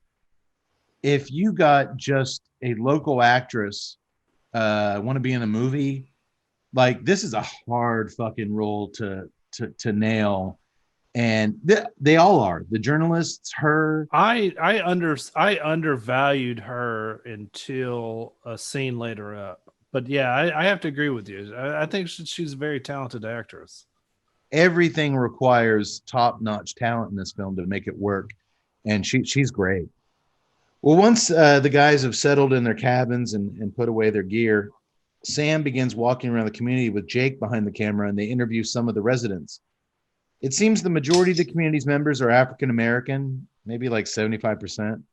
Many of them elderly, but there are members from all races and age groups pretty much represented. They all say that this place has saved their lives. They don't speak with their old families, as this is our new family now. But there's nothing off-putting about these testimonials. Everyone seems happy and genuinely, centered. In fact, everyone's quite friendly and candid with the journalists, even discussing how they sold all their belongings to help fund Eden's parish. When Sam continuously asks them, well, who paid for this? Who paid? We did. We gladly help fund this this community, and they're very proud of it.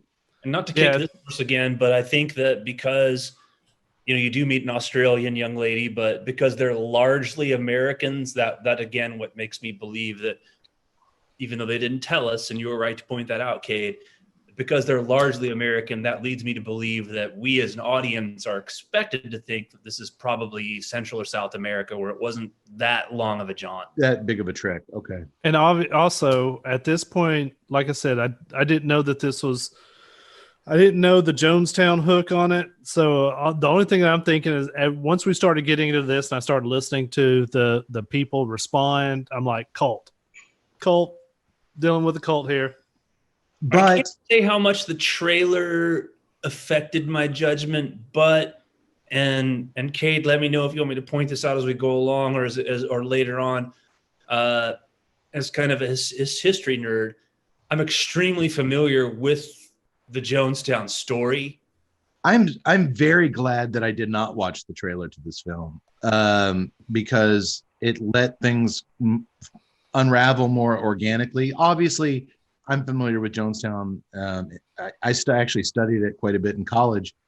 I liked seeing the revelation unfold narratively, just kind of naturally, without having that foresight of watching the trailer.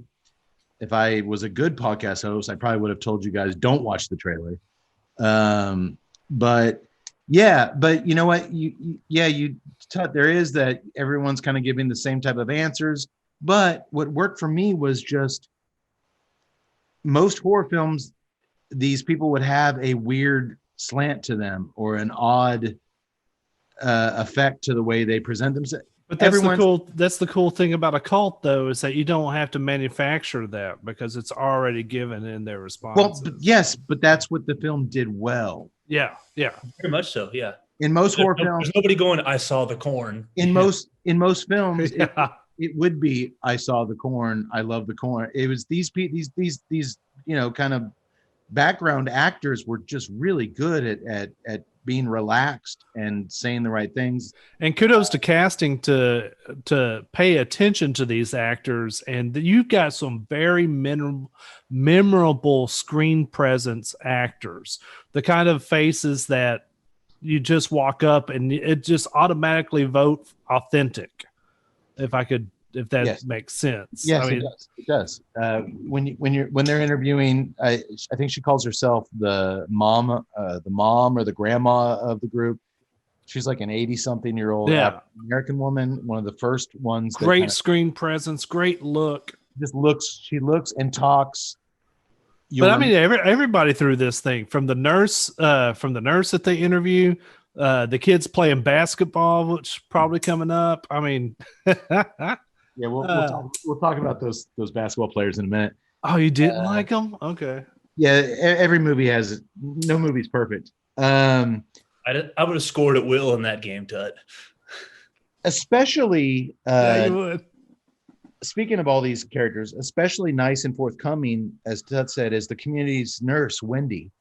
Another, mid-50s African American, who explains to them that they have plenty of medicine. Sam's like, well, who paid for all this? We did. She's proud of it. And they don't require much of it because I mean they're kind of secluded here. They don't get a lot of outside, sickness and illness and whatnot. And she reveals that they've actually birthed 7 babies since they settled here a little over a year ago, which kind of blows his mind. And we see they have a woman there that cares for the babies in the nursery, seem very well taken care of and happy. Everything's very clean. Everything's very organized. Sam asks a lot of questions about how this place is funded, etc. But mainly he keeps the questions softball here in the early goings with the locals. In fact, after they interview a couple of brothers from the hood, Robert and Andre, I should say before I get the cancel culture emails, they're actual brothers. I didn't throw that out as and they say they're from the hood. And they're actual brothers. I didn't say that. A couple brothers from the hood. They're actual brothers from the hood. They have the same parents.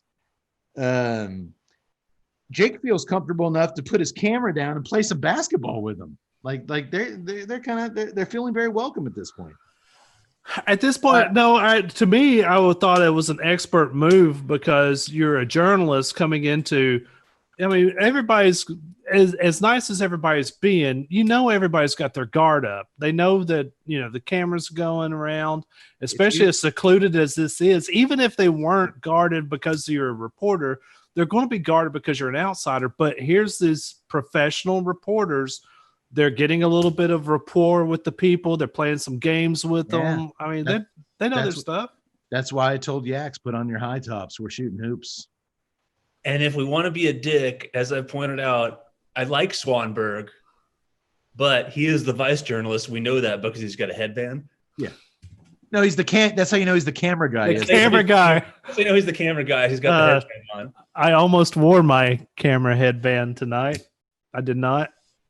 Well, here's this dialogue that the reason when Tut said that everybody was so believable and I rolled my eyes at Robert and Andre. Man, we from the hood, a violent community. God knows if we didn't come here, what would have happened to us? We ain't never going back there. We'll die before we go back there. It was straight stereotypical boys from the hood bullshit written by a white guy. It's the only dialogue in this whole film that rings so bullshit to me. But that's not on the actors. That's on the screenwriter. That is no fault of the 2 dudes playing them. They said the lines that they were. And if you look at the credits of the screenwriting, that might give you a little something. I had no problem with it at all. Oh, those 2 dudes just screamed to me like, "Oh God." Message. If you're pointing out that there's a young Australian chick, there's the old grandma, there's the but the Australian chick wasn't like, I don't have to worry about boomerangs coming into my village and hitting me in the head and the dingoes running away with my babies. She wasn't filled with stereotypes. These guys were like drive-bys every day. It was just total stereotype crap. I was just another brother slinging rock on the streets, man. I think they were supposed to be stereotypes because it showed you that in Eden Parish, there's all types. Okay. It just, to me, it worked for Doctor. It worked for Doctor. I wasn't bothered by it. Okay. Everyone else. I like the actors themselves. Well, everyone else was so grounded, and I didn't even have that thought. With these guys, it was like, oh, white guy wrote the shit they're saying. Yeah, but even with the bad screenwriting, I still like the actors. They delivered it. I liked them. No fault of the 2 dudes playing them. They were just doing the best they could with the script given to them at the time. And remember, I met him because I'm drinking Mai Tais at the American Embassy waiting for y'all dumbasses to get back. I'm seeing a doc attack. Uh-oh. There's no phone reception out here. Of course there's not. I gotta tell you, I don't know if it's the triple introducing the kind of sweetness. It's not a pronounced sweetness, but all of a sudden with that coffee and earth, again, this is such a big cigar. I'm not even to the middle third yet. I am getting just a kind of an underlying kind of dark cherry sweetness. Are you guys getting that? I can't tell you because my beer is so coffee and sweet laden that it's blasted everything. Construction wise for a 9-inch cigar, the burn line is perfect. Draw has been great. The draw's been perfect. And this triple is actually really approachable. Maybe that's the key. Don't drink the triples actually brewed by monks. Buy it from the imperialist Americans that buy out those sacrilegious piece of shit. I mean, I'm not going to judge you by your food and drink choices, but I would say go the Trappist route and well, I believe in not enjoy. It's also okay to give in to your feelings. You sorry sack of shit. Oh, wait, sorry. And I'm gonna I gotta admit, I started dipping my cigar in some of the buttermilk Polynesian sauce. No, the buttermilk ranch Chick-fil-A sauce, and it's bringing out some notes of just awesomeness. I'm dipping the cigar in some donkey sauce. It's fucking awesome. And see, Cody are enjoying their cigars without the benefit of buttermilk ranch sauce. To each his own, Cade. To each his own. I got a sweet tea. Here I am in the corner of no hope. I'm dipping a cigar in rockin' donkey ranch sauce. I got a triple beer. I'm pouring some spicy sriracha into it. Oh, yeah. I got so many dipping sauces here, I can't keep track of them. Back in their cabin later, Sam gives a testimonial to the camera where he relays that everyone here seems to think it's the best place they've ever been. They have their own farming, their own hospital, their own daycare, their own everything. As far as utopias go, it truly has something for everybody. If it's spirituality you want, they got it. If it's progressive politics, they got it, which I didn't really get that part of what he said. But if it's technology-free hippie lifestyle you're looking for, they definitely have that too. He can't help but think that desperation is what brought a lot of people here. But if they're happy now, who is he to say anything? And as a viewer, at this point, it jives. At least I thought so. No, absolutely. Because I mean that's the one. The important thing, the older I get, and Doc's been nicely with the enlightenment of if they're enjoying their dipping sauce, why make a stink about it? And I actually am trying to get that way to it's like if people are happy, why, even if you disagree with it, man, why piss on them just to piss on them? That's more about your unhappiness than their happiness. It is, but Tut, I think as this movie goes, it's important at this point when Sam says, if they're happy, who am I to say anything? I think it's really important as a viewer to be in sync with Sam throughout this film. You have to be feeling what he's feeling because he's our voice. He's our kind of conduit to this community. Okay. If we were seeing I don't know, Sam, we're seeing a bunch of shit you're not. No, the fact when he's like, hey, if they're happy, who am I to say? I think it's really important for this movie to work that we're like, yeah, Sam, you're right. Like everyone seems in a good place here. Well, if that's the bar, then they've done a good job because I'm on board. Yeah. He's the linchpin as far as a narrative, Cade. That's definitely good to point out. I think, just you tell what you're saying. Like, I really don't care what anybody else does. Leave me out of it. That's my kind of thing. But getting back to the crux of this, you pointed out again, they are journalists. They are there because they think something interesting is happening. So they are there to kind of uncover a story. So Sam is like, hey, everybody seems happy. He still wants to meet Father. He still wants to talk to him. Well, he kind of like, that's my default thing because I'm not a journalist. Sure. Even if I try to put myself in the place of the characters, I'm not. So for me, it's easy to say, hey, you guys do whatever the fuck you want to do. But when he said that, it's important that I'm in sync with him because if he had those interactions, then he went back to his cabin. He's like, I'm sensing some really sinister shit here. Well, we didn't see that. So why? Yeah, that would kind of rip you away from it. As a viewer, you would disconnect. And I think you have to be constantly in sync with Sam. Cameraman Jake, though, he's like, what do you think? And they put the camera on him, and he's naturally a little more cynical because he's a camera guy. Because he wears a headband. He's got that fucking headband on. He's impressed. Only thing missing from Jake is the headphones and the wristbands. He's impressed that a group of alcoholics and drug addicts pulled this community together, and he means that. I mean, he's sincere, but he says the fact they sold all their worldly possessions to do it throws up some red flags for him, which is also, as a viewer, understandable. Understandable. That's what we were all thinking. Exactly. I think it's so good the way it's written that we have two voices, Jake and Sam, a little more cynical and a little more just, we have to agree with these two dudes, a balance of them. And Jake isn't saying, "Holy shit, let's get the fuck out of here." He's No, not, right. Not at this point. Right. He's like, I don't know, but he's not worried. And I think it's really, to backtrack a little bit, when they were driving in the flatbed truck into Eden Parish, there's a really funny moment where the camera's on Sam and he's like, "Hey, if they shoot Jake, just so you know, I'm going to run out past those trees and just keep running." Like when he tells the camera, "Hey, if they just turn around and shoot Jake, I'm out of here. I'm going to run through." Oh, put on the headband. What? I was just backtracking a little bit there's a real moment as they're driving that long road into the parish where Sam says to camera, "Just so you know, if they shoot Jake with those AK-47, I'm going to run through those trees and keep running and running." Because that's what we're thinking. If Tut gets shot, I'm not going to just cuddle his body and be like, "No, I'm out of there. I'm running. Me. I can make it." I'm running so fast. Well, what would you do if Mark Knopfler, the lead singer of the Dire Straits, got shot? Let's welcome him to square number Money for nothing and no chicks for free. Boomerang. MTV.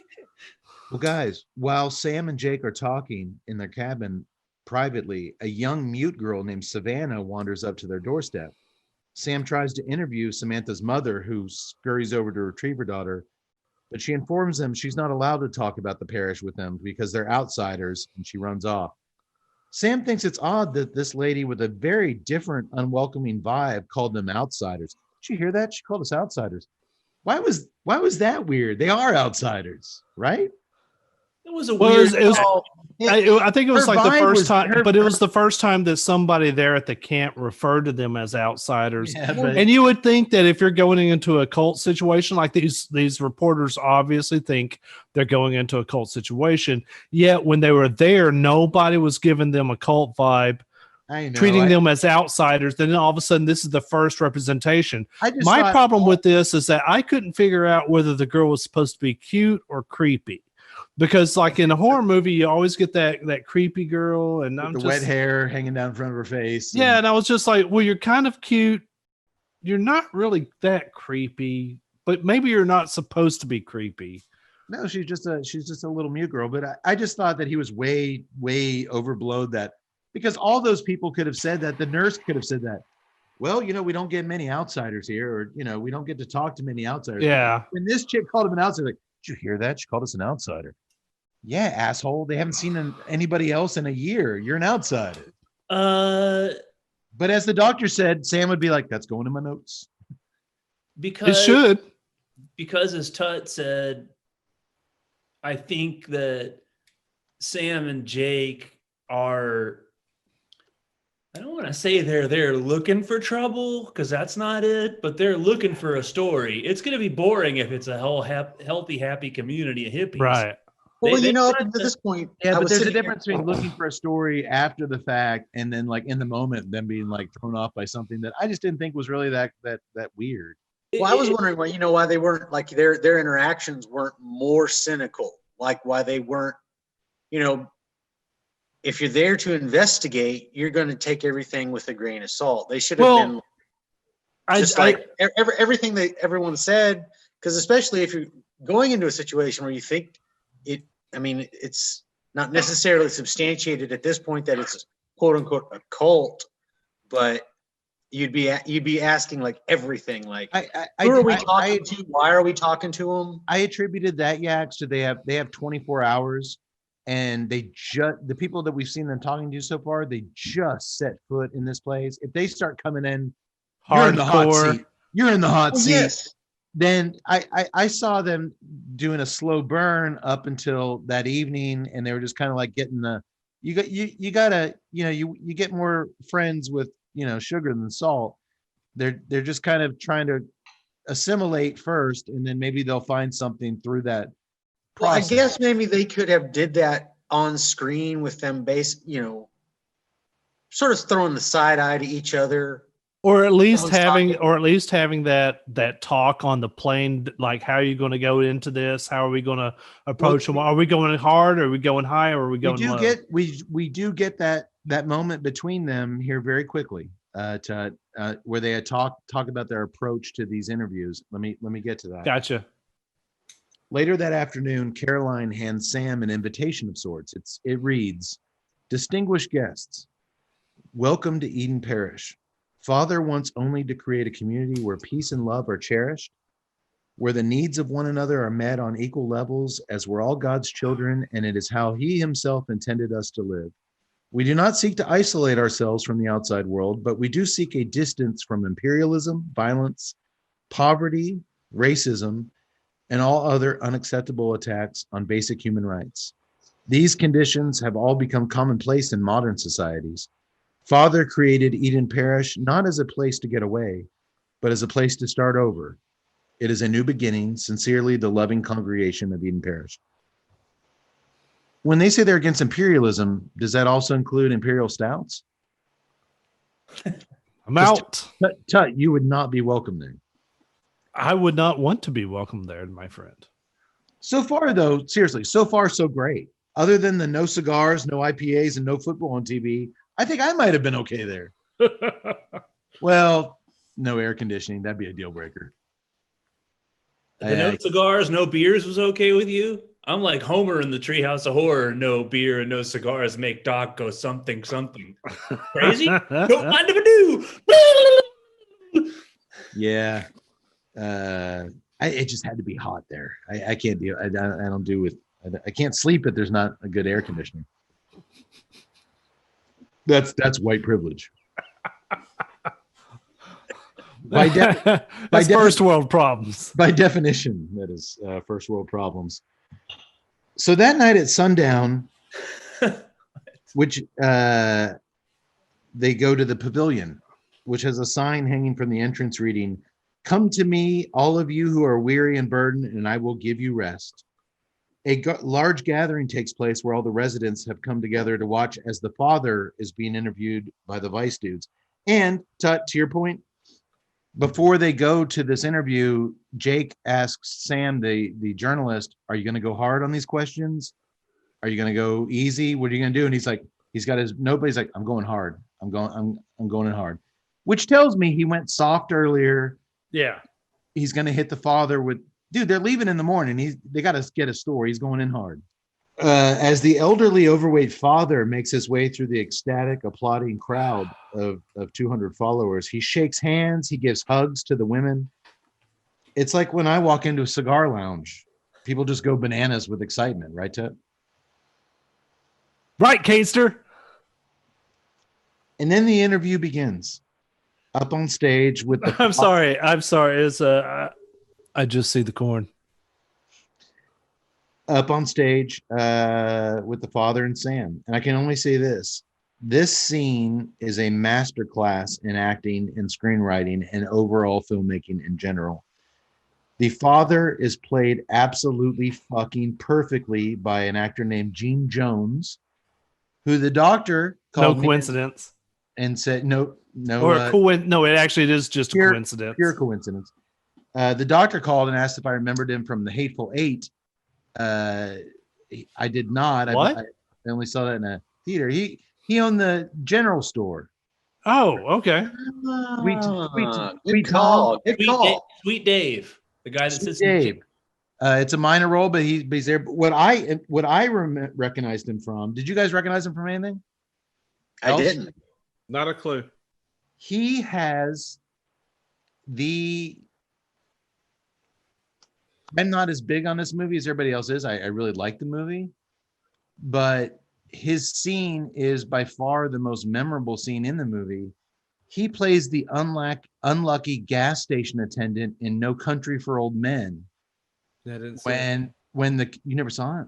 No. When the killer tells him to, what's the killer's name? Not Benicio del Toro. Javier Bardem. Javier Bardem makes him flip a coin whether he lives or dies, and he throws out the shout out to Temple, Texas. His wife's from Temple, Texas, and we're from Temple, Texas. that's him. He's the gas station attendant in No Country for Old Men. Okay. But this is the movie he should be known for. He hits a grand slam home run. Oh my, this guy, and from what I've read, this scene he nailed in one take, this interview scene, and it was done. There wasn't a do-over, there wasn't a second take. When he sits down for this interview, this actor, Gene Jones, nailed this fucking scene. And I'm going to talk a little bit more about the scene after I get into some other stuff. He nailed it in one take, which is admirable, to say the least, from a professional. Doctor-esque, you might say. I might say, whenever I film scenes and the doctor would show up, I knew I was going to get the best out of the doctor right away. There's no fucking around. He knows his lines. He knows he comes in prepared. He's going to give it to me. The people around him might need some other shit, but he's going to give it to me that first time. And that's what this guy apparently did. The father plays to the crowd. I'm not going to go through the whole interview for you. It's a 10-minute scene, but the father plays to the crowd as all successful preachers do, giving credit to the community rather than himself for what they've accomplished here. And he has a poetic, well thought out response to every question he's asked. While he's overly polite to his new friends during the interview, while discussing the corrupt America they're visiting from, he does cast suspicion on them to his followers when Sam finally comes in with the occasional tough question like, for a peaceful society, why the guards with guns? If you believe in peace, why are these men with AK-47s needed here in a supposedly peaceful society? See, folks, this is why I don't like the media, he chuckles. They've only been here 5 minutes and they're already trying to find a negative angle. When Sam says, that wasn't my intention, Father, the father smiles. Oh, I don't blame you, Sam. It's not your fault. You don't even know you're doing it. He's so good. Oh, and towards the end, when the father mentions Sam's pregnant wife and unborn child back at home. I see your wedding ring, Sam. You a married man? Yes, I am. You love her? And he's kind of thrown back by that. What do you mean? You love her, Sam. And that unborn child you have, AJ Bowen, the actor playing Sam, when that hits him that this guy knows about his unborn child, which he shouldn't have any way of knowing about, it makes him so uneasy, but he's a pro and he kind of, it's so subtle, his reaction to that comment about his unborn kid, but he nails that perfectly. It's here where the father knows, mentioning his family, and he lets his audience know, and Sam know, and us, the people watching the movie, know that he has the upper hand in the interview. It's such a cool moment when he plays that card. The interview ends with Sam promising the father, I don't have an agenda for this story. I will report completely unbiased. And the father says, that's why I agreed to do this, Sam. I can tell you're different from other media and their lies. I can tell that you care. This character of the father is so great, and Gene Jones is so goddamn brilliant at bringing the father to life. It's not often that a scene where two characters can sit and talk for 10 minutes. That's a play, 10 minutes of screen time where two people sit and talk. It's called a screenplay killer when you have two people sit and talk for 10 minutes. But at least for me, it was absolutely captivating cinema. It was the meat of the film. It had to be this. It had to be here, and it had to be this good, and they pulled it off. It's a brilliant scene. I don't think I can say it any better than you said it, Kate. It's a brilliant scene, wonderfully done by Gene Jones, who was phenomenal. Wonderful interplay between him and AJ Bowen, who has the right reactions. Brilliantly done. I just want to interject this thing. The scene's great, but if you know anything about Jonestown, when he shows up and has the charisma that he does and has the tinted sunglasses, at this point, whether you've seen the trailer or not, you've got to be making a Jonestown connection. This is you're absolutely right, Doc. I had not made it there, but as soon as I looked at him, I was like, before he even said anything, I was like, oh, okay, Jim Jones, here we go. Man, here's the interesting thing with this scene. In order to understand cult-like behavior, the reason why it's called Cult of Personality is because you have that guy whose personality is like a gravitational well. You kind of forget. You go into it with your own preconceived notions. You go into it with your agenda.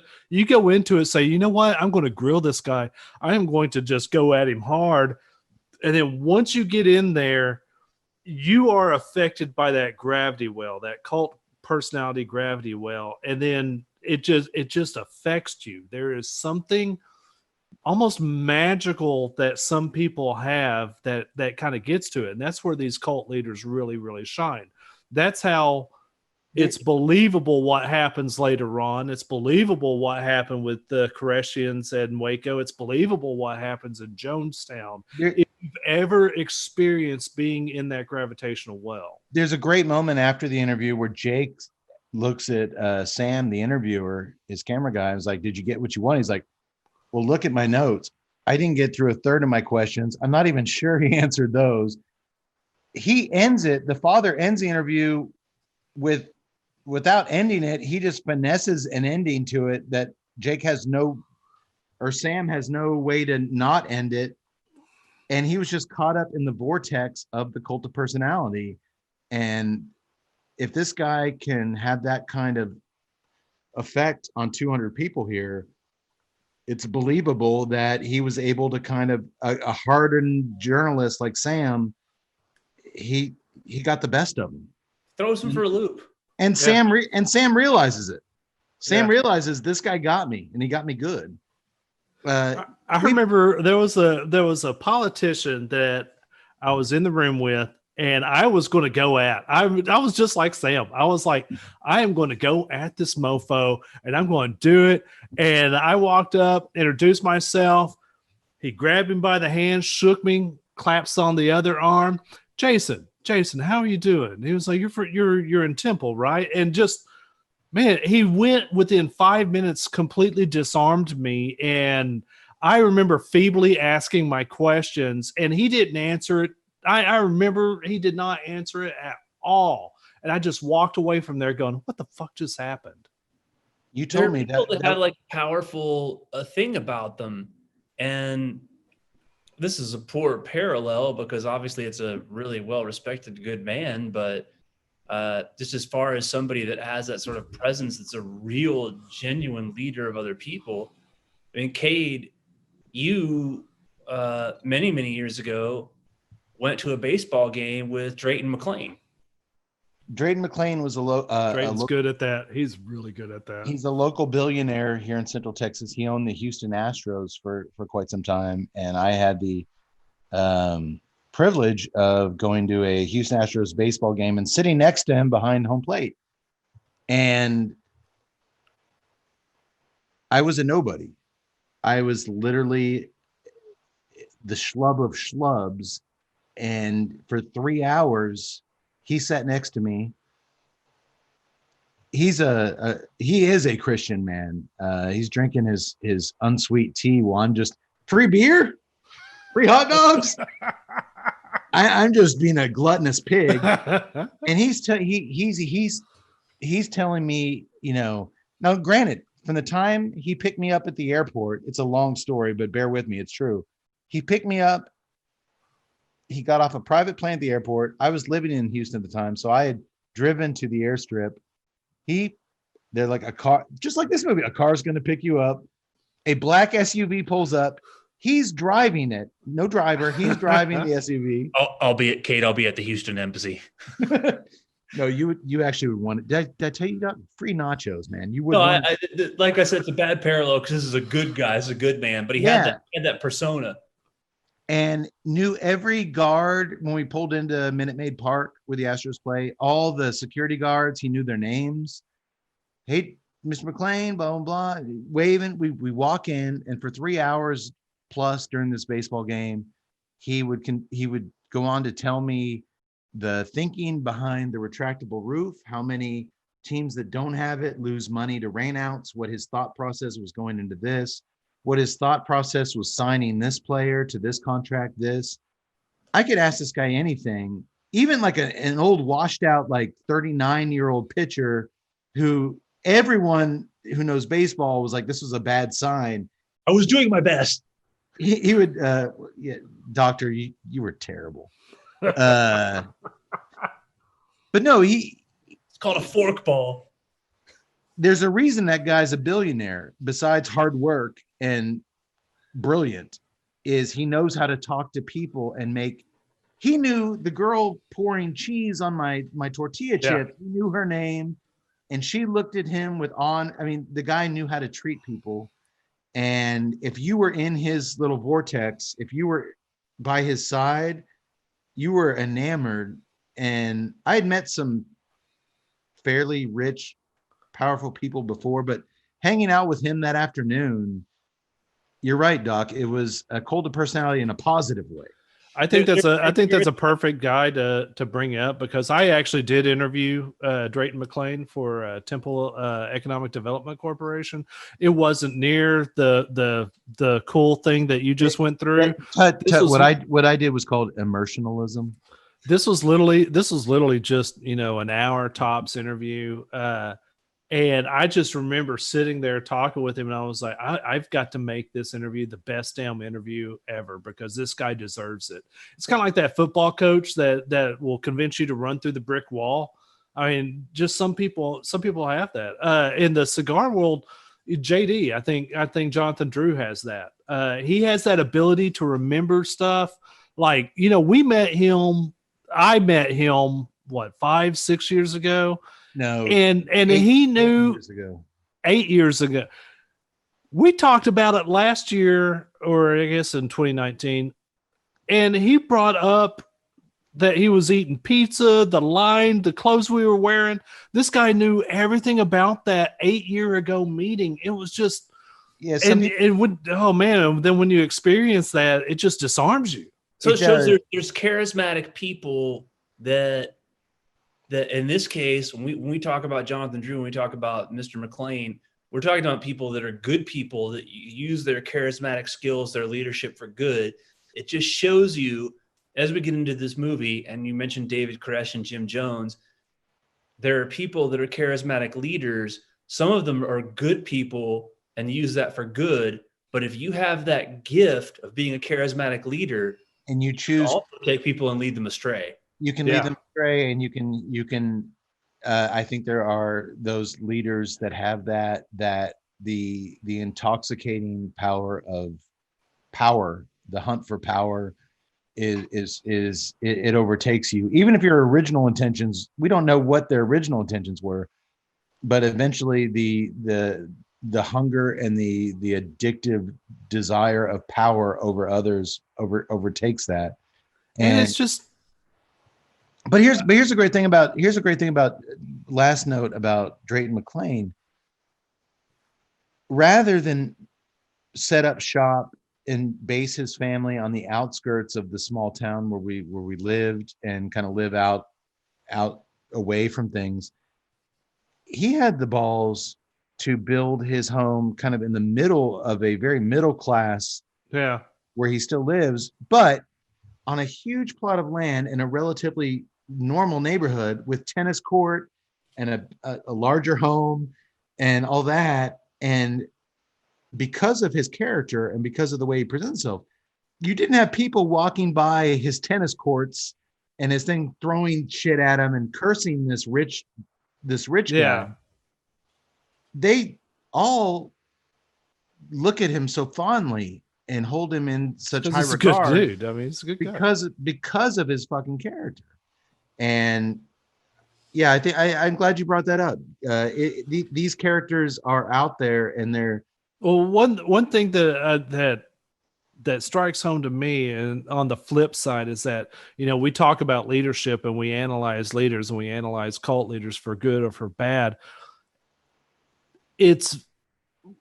It's another thing that you need to be very conscious about, just how easy it is to get caught up in that shadow, to get caught up in that gravity well. Because there's a lot of times where you look at the news clip and you're like, man, how could somebody do that? How could somebody go through that? Or how could somebody subject themselves to that? It's very easy if you get the right kind of cult leader. It is, people are waiting to be led.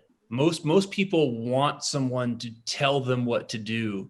And I think we were too young when here locally when Koresh and Mount Carmel happened to wrap our heads around that, because we're still so young.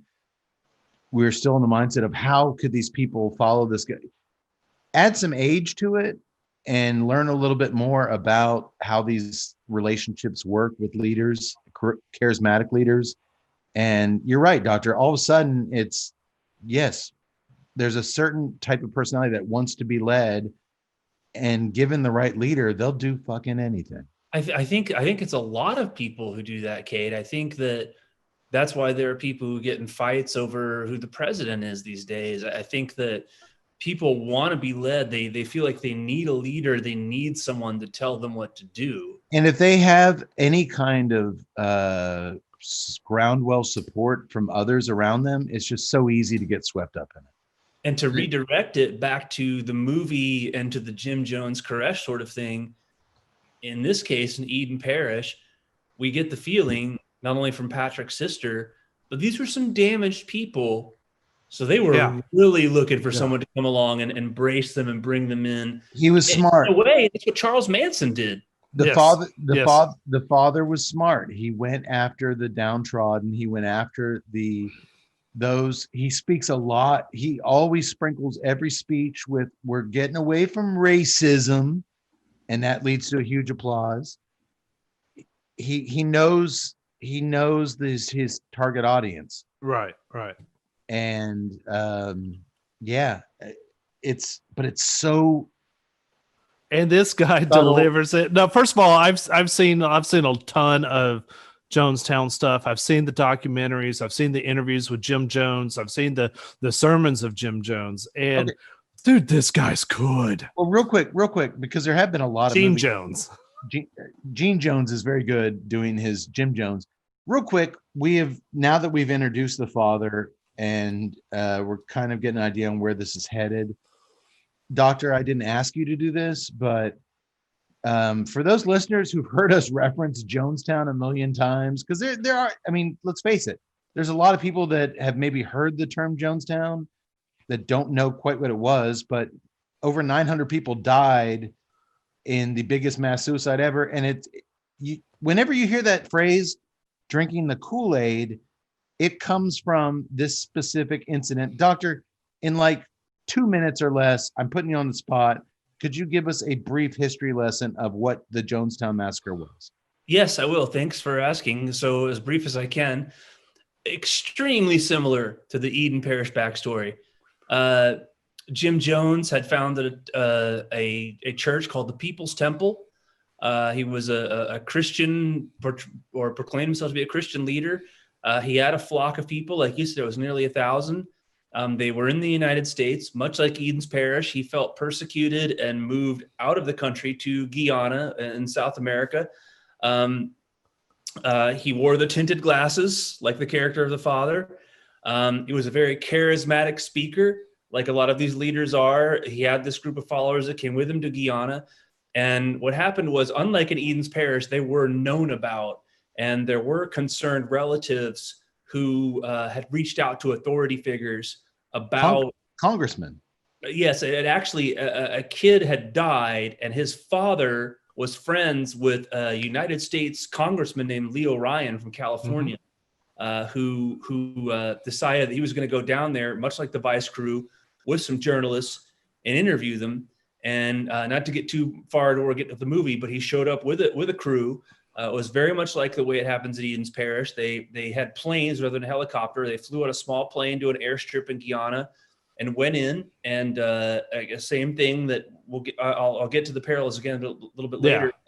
But they were brought in and they met people. And at the very first part of it, we're about to get into what happens next in the movie, which is again going to be very similar to Jonestown. It's note for note. Yeah, they met people. People were happy. And at first, Congressman Ryan, this is a big shot. This isn't a couple of vice journalists. This is a United States House of Representatives member. I mean, this is Texas. This is John Cornyn or Ted Cruz going down there. It's a big time guy. Big time. He went down there with a crew and they interviewed some people and everybody seemed very happy at first. And while there were relatives who had said they had told him that someone had reached out to Congressman Ryan and said that they were worried about what had happened. I think even one guy, I forget which one was the one that went nuts, the mother or the father, but they had actually signed over their child to Jim Jones and said he would be the father. Yeah, he And was there. The other parent had brought concerns. So he went down there with concerns. Unlike the Vice guys, he really went down with concerns. But at first, saw everything as being very happy. And there's a different way that things go, but it very much is going to be portrayed here. We'll talk about that a little bit later on. Well, let's just talk about it now because this is a fictional account. Let's just go ahead and so essentially upon the end of their visit, the congressman was it Ryan or Riley? It was Ryan, Leo Ryan. Leo Ryan. He told Jim Jones representatives, because granted, this is 200 people. This was 1,000 that he went to visit. He told the representative, you know what? I'm going to go back and I'm going to say very good things about Jonestown, and everybody seems really good. But when he got wind, Jim Jones, that there was some dissidents. No, there was a note passed to the congressman. Congressman Ryan and a female assistant of his, who I recently saw an interview with because she lived through it. Both her and the congressman were handed a note that said, like I said, this movie is note for no pun intended, note for note. It said, "Help me or help us get out of here." And so he all of a sudden he turned to his assistant, this female who was a young woman and is now an older lady, and she said, "We thought everything was cool."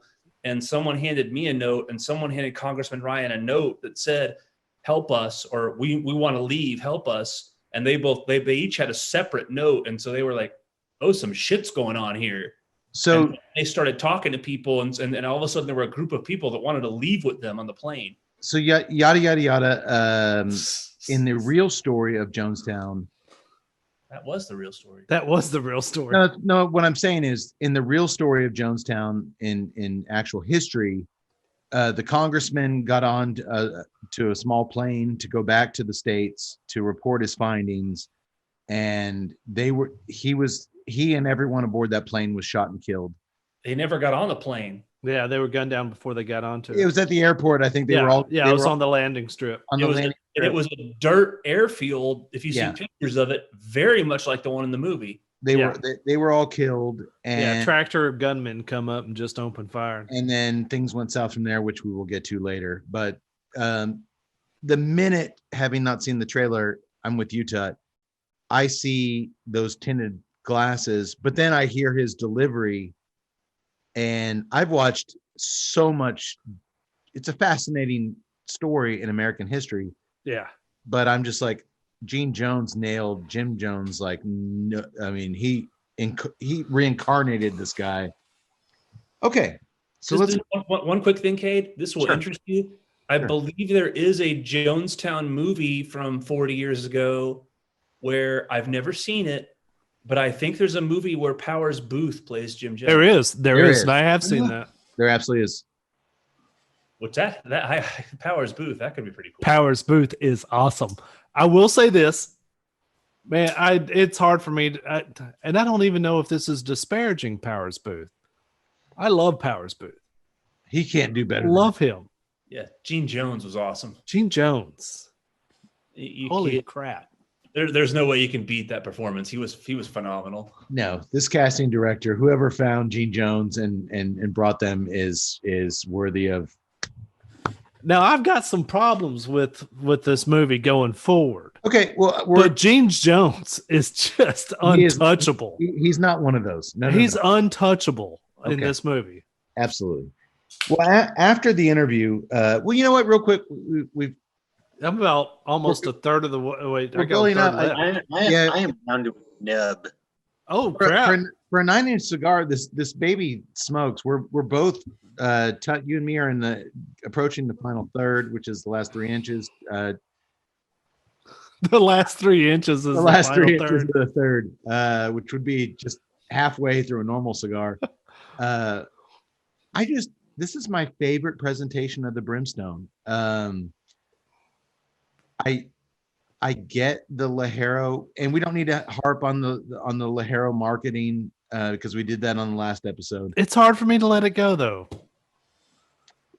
I just like this cigar for what it is, and I'm just going to approach it for what it is. I have gotten such a nice, and by now the nose thing is dialed down a little bit. It's not hovering quite as much in the nostrils, but that bold earth and coffee on that draw is so enjoyable. It's keeping up with this triple beer. Construction has been great, but if you guys remember, I used to buy the 8-inch Flor de Oliva bundle cigars because I just want a cigar that I can smoke for a couple hours, and that's not a premium cigar. This is a premium cigar. This thing is just the quality of the tobacco and that earthiness, and there's a little bit of mineral that creeps in there with that coffee on the draw. Around the halfway point, the mineral becomes a little more pronounced for me. Joins that earthiness and that coffee. It's just a really phenomenal singular profile cigar. A singular profile, yes. And I hate to say this because it is really hard, and it's probably my marketing background that does most of the damage here. Because of the marketing of, the Ligero bomb, the power bomb, man, it throws me out of sync for what is a beautiful, beautiful, flavor-forward cigar. The fact that you can get this much Ligero and this smoothness in it, I think it's very commendable. Now, I would love, frankly, if I'm being 100% honest, I would love this type of flavor profile up that nicotine level a bit to where it gets your head swimming. I believe the other Brimstone announced a month ago, which is a Cigar Federation exclusive, the Oblivion, is marketing-wise what you're looking for. It's a shop exclusive. And that is the Oblivion is the one they're pumping as what you're describing. That to me is kind of like what the Brimstone has always been marketed as. It's like this big power bomb.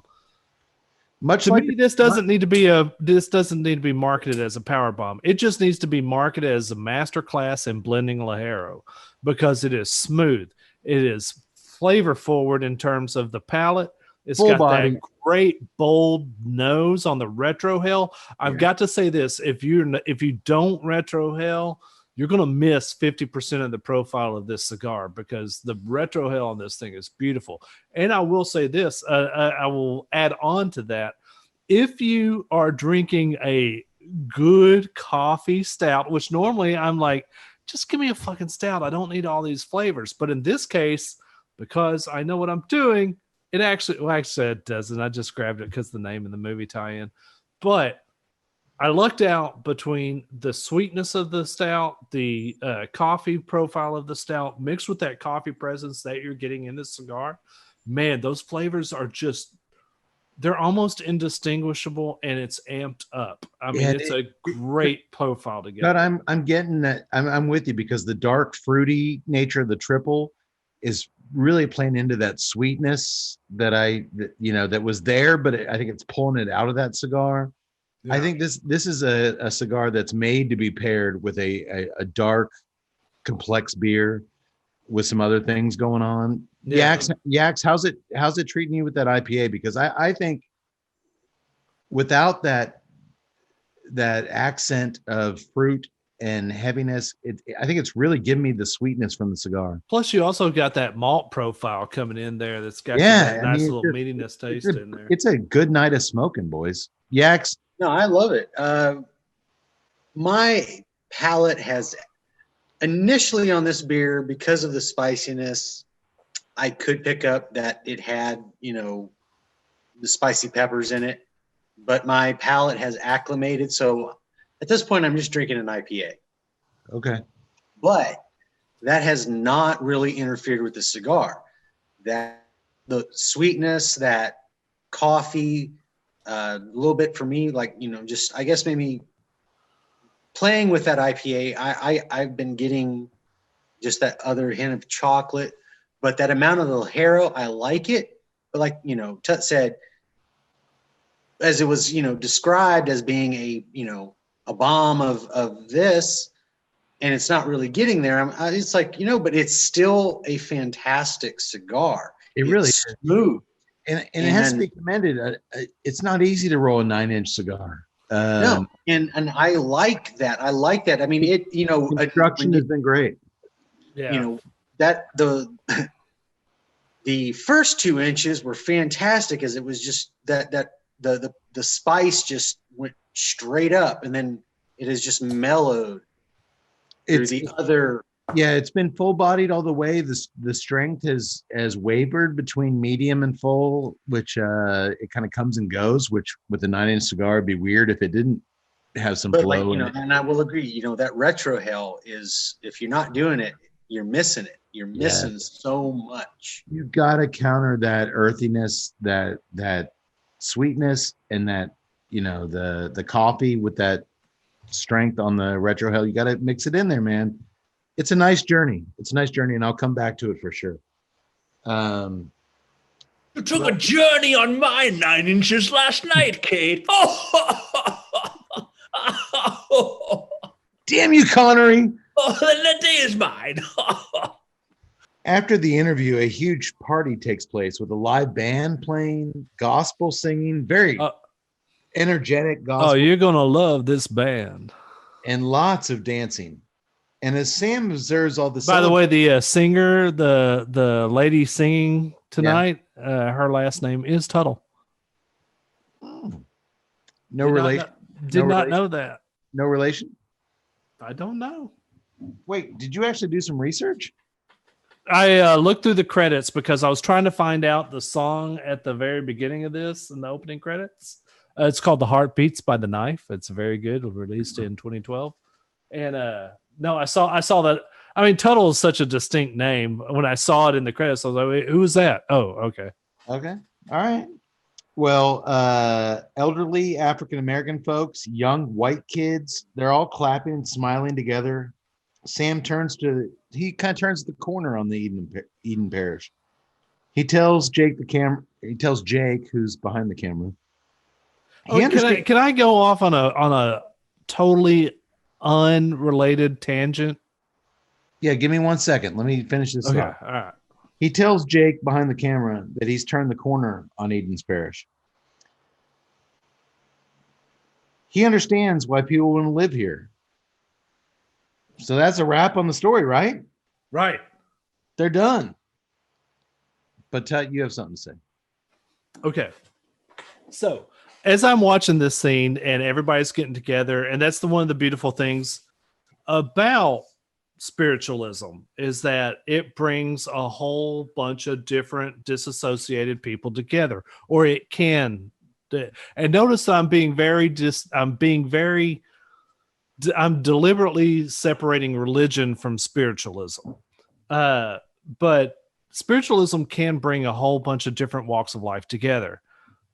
And that's one thing that I've always loved about cigars. I've always loved that so many different people can come together regardless of race, economic status, background, and just enjoy cigars in these lounges and get behind each other and relate to each other over their love of cigars. And trust me, I have seen deep, weird ass conversations in these cigar lounges that are taboo. You don't talk politics in a cigar lounge. No, in a cigar lounge you can, but you're smoking cigars, so everybody's cool about it. You can talk about religion. You can talk about some of the taboo stuff because you're all bonding there around cigars. It is a beautiful, beautiful thing. And I want to protect that because I'm concerned that politics is leaching into that culture and that it's going to become like cigars is conservative culture. And that's not what cigars are about. Cigars shouldn't be a Republican thing or a Democrat thing, a conservative thing or a liberal thing. It's just a thing. We all used to could go to a cigar lounge and bond over the cigars, despite being from different political aspects. And much like everything in our fucking nation now, we're starting to see politics intrude on that. And I just want to make sure, or just at least give voice, don't fuck up my cigar lounge.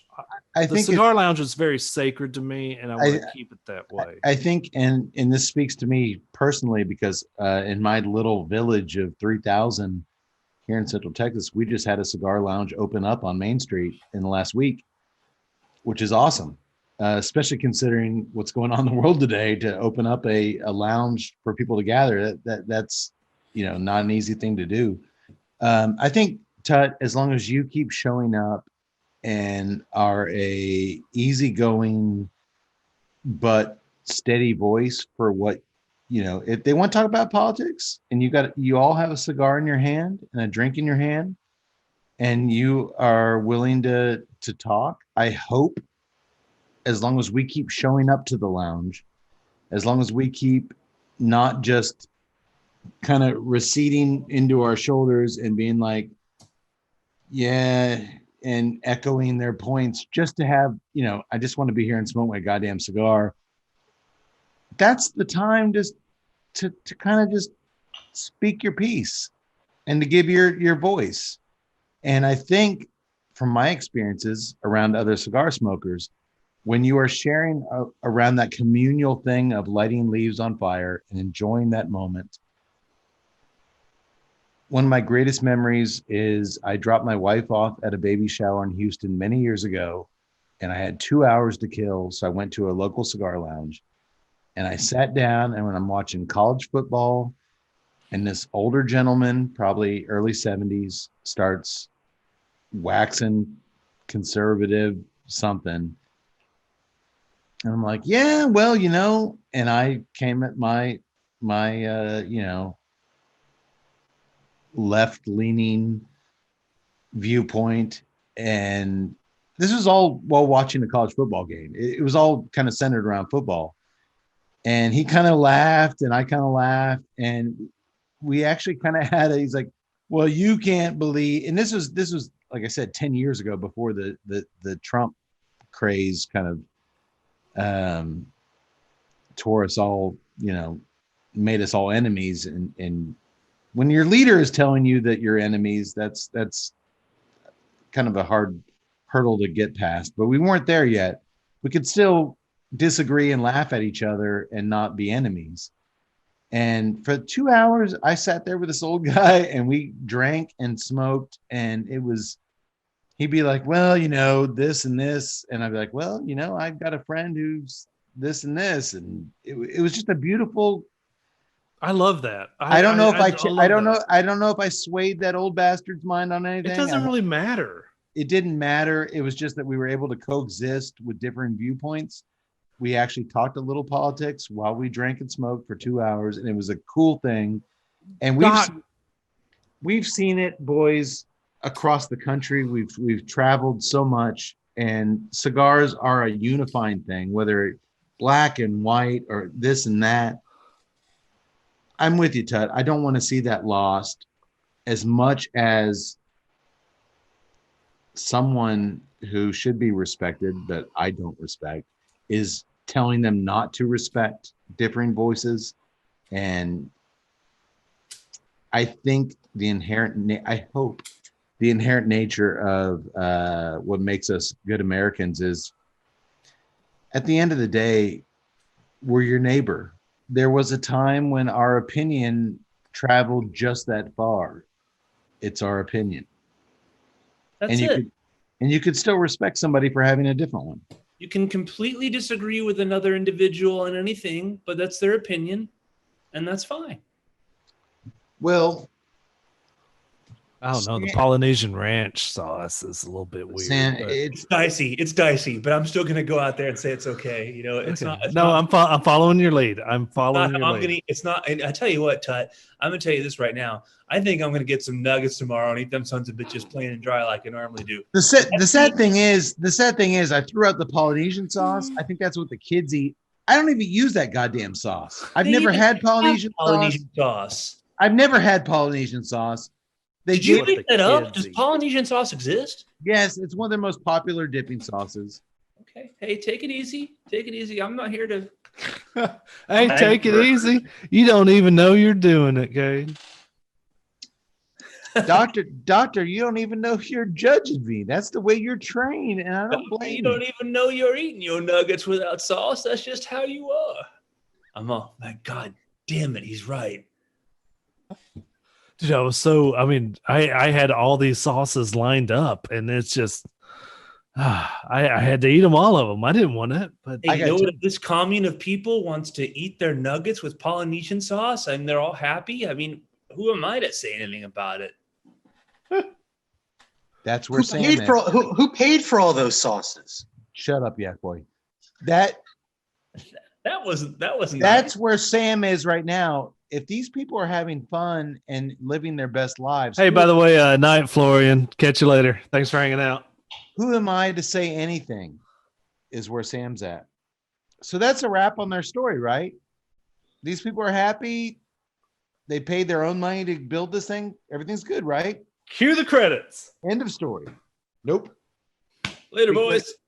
Because just then, that little mute girl, Savannah, finds them again and hands Sam and Jake a piece of paper that reads, "Please help us," before running off.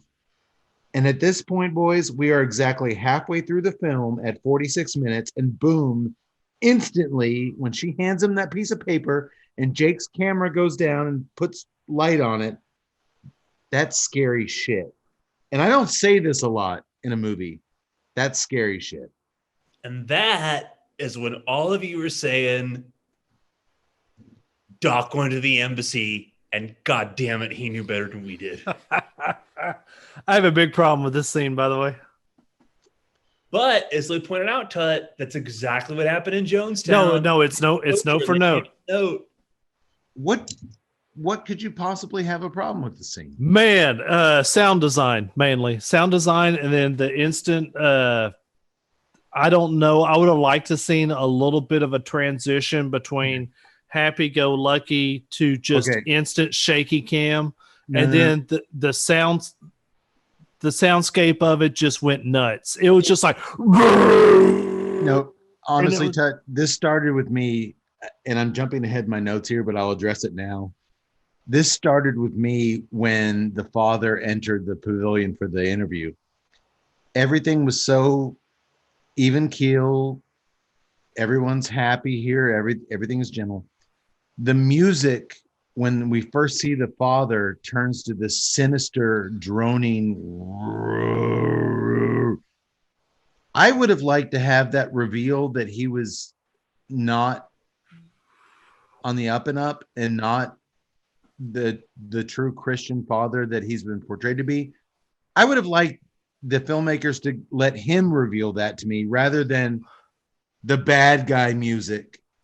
And when she gives him that note, to me, it's already been. You are exactly right. You have these great fucking actors that are delivering these great performances. Correct. Get that music out of the way. No, correct. Put it as low as that carpet is. Don't make it be the signal that all hell's breaking loose. But you had a problem with it here. I had a problem with it 10 minutes earlier when the father showed up, because they give him bad guy music, bad guy soundscape, I should say, when he arrives. I want him to give me that vibe, not the music. Yeah, and that's weird, because I didn't get that when he arrived. It was like a light switch on. No. When he makes his way through the crowd, the music. Okay, I missed it. A sinister turn, and I'm like, I want him to give me that, not you, composer. Yeah, but honestly, that's more on director than composer, because the director didn't use that music there.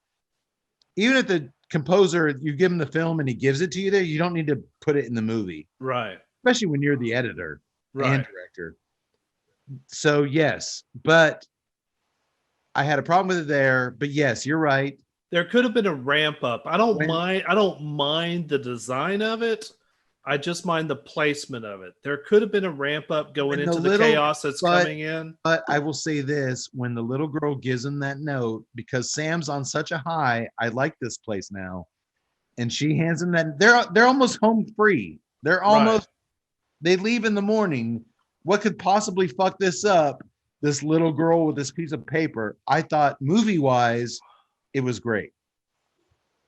Well, I mean, it's great because, like I said, or like we've said, it's note for Jonestown. I mean, Yes, at this time, I'm like, especially like I had my suspicions when the father comes in. I'm like, oh, he's a Jim Jones character. But when that note came in, I'm like, oh, we're at Jonestown. But the fact that when they switch to that sinister, heavy-handed music, when she hands him that note, I appreciate it because we are now exactly 46 minutes into this film, the halfway point. We spent half this movie introducing this community, doing everything. Boom, that note, enter scary music. All of a sudden, yeah, buckle up because here we go. Sam has to, us as an audience has to buckle up, but also Sam and Jake have to buckle up. We're not going to get to go to sleep tonight because this chick just handed us this note. I love it. And to what Doctor was saying earlier, what do we as the TNCC in this position do when we're handing that note? I know Doctor's off at the embassy drinking Mai Tais, chilling with the ambassador over there. Well, I'm getting Marines armed up and ready to come get you, Tut. I think that's unfair. Thank you, Doc. Tut, I think that's unfair.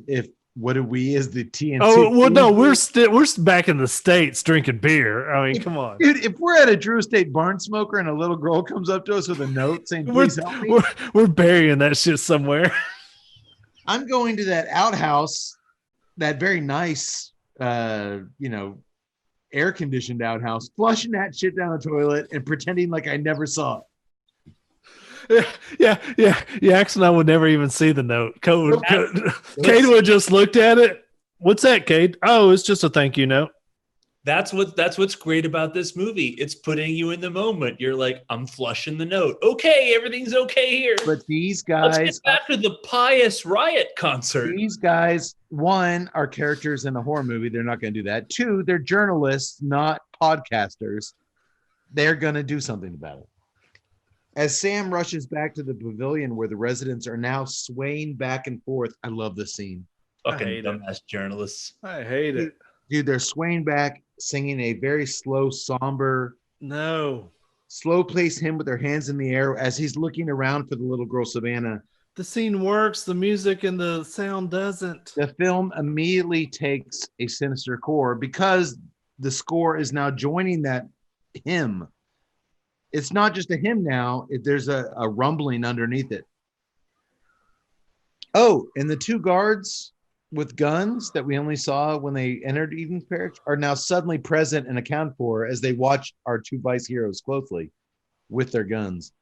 As Sam and Jake frantically search through the cabins to find an open... they're looking for Patrick. We got to get out of here. This chick just gave us this note. They go into the office where they find an open safe with everyone's passports in it, but their snooping is interrupted by Caroline, who asks them what the hell they're doing here. Sam says, we're looking for your brother, Patrick. And she kind of giggles and says, well, I introduced him to two of Eden Parish's hot chicks, and they're currently having a good time in one of the bungalows. When Sam says he doesn't remember threesomes being taught in Sunday school, Caroline kind of giggles and says, well, everyone has to sin every once in a while, right? As long as the Father approves. Sam says, he approves of your brother getting laid? Good question. To which she says, one must not question what's best for the parish. In fact, Caroline says she thinks Patrick would love to stay and live here. He's a photographer by trade, so he can make a photography book about what they're doing here in the community. And she's rambling very quickly in their speech, like she's jacked up on coke. And their rich parents could send them money to support them because Eden Parish needs a new influx of cash to continue to grow. And there it is. Everything with organized religion, money. She wants money from her parents to come down here and support them. Every utopia doctor needs money. And if we can all fill our roles out here, here's how I see it. I'm at the embassy trying to get the Marines to get on the helicopter with me in the morning. You and Tut are searching around. And I see yaks fucking knee deep in poontang at this place. Me too. I'm not judging. I just see like, where's Cody? And be like, well, we sent him off, and Cody's just got like 3 or 4 of these bitches, and he's just fucking slipping. He's just smacking up the head with the dick. In its own way, it's almost an insult. What would I be doing? Well, he's over there. Maybe I have. Hey, you know what? Maybe I have standards. No. Well, actually, that wouldn't happen because I would have been sitting there going, Cody, cab's coming now. That Chopper's, guy right there. That's Chopper, him. It's Chopper's, that guy. Cody, Chopper's coming. We got to go. Cody, I know you have It's standards. like 12 hours. It's not even it's dark right now. Dude, it's like Cody, let's go. The chopper's coming at 8 a.m. You've got like 7-8 hours to get some tail. Oh, I'm so sorry. 4 of them. You're writhing around like a goddamn pretzel in this fucking pussy. I still think I stopped you from making a mistake, but I'm still sorry for it. Oh no, it was definitely a mistake after the next day. Yeah. Doctor, the guys are exposing a lot of our past sins. When we were in Vegas, Yak Boy had. Oh God, Cody fucked a bunch of strippers? No, Because Tuttle was there. We were at a party. You stopped him from fucking a bunch of strippers? Yes. We were at a industry party, and no, not strippers. Cody had made nice with a very lovely woman, and we're like, whereas I was like, God damn, fucking A, good for Cody. I was oblivious. Our Uber showed up, and as Cody was trying to talk to this woman, Tuttle was like, Cody, come on, we gotta get in the cab. Let's go. Come on, Cody, you have to get in the car right now. Let's go. I'm literally stepping in front of your cock and blocking you. Let's go. Come on. Let's do this.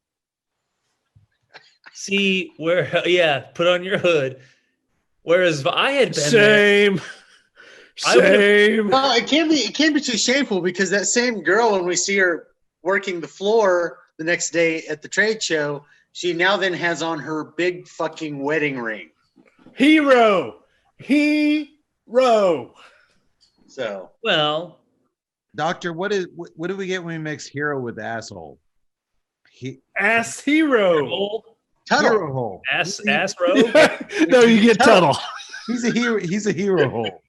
Okay, so you know what? I still would have had your best interest. I like that. Yes, Asshole plus hero equals Tuttle. Since I would have been in Vegas and not an American embassy, I would have just adopted an English accent and been like, Senator Leshika, Senator, the call is waiting. I see you're otherwise engaged. I should be waiting for you in the lobby of the downtown Omni Hotel. Do carry on, Senator. He's a senator? I'm like, oh, he likes to travel, as we say in the British Isles, incognito.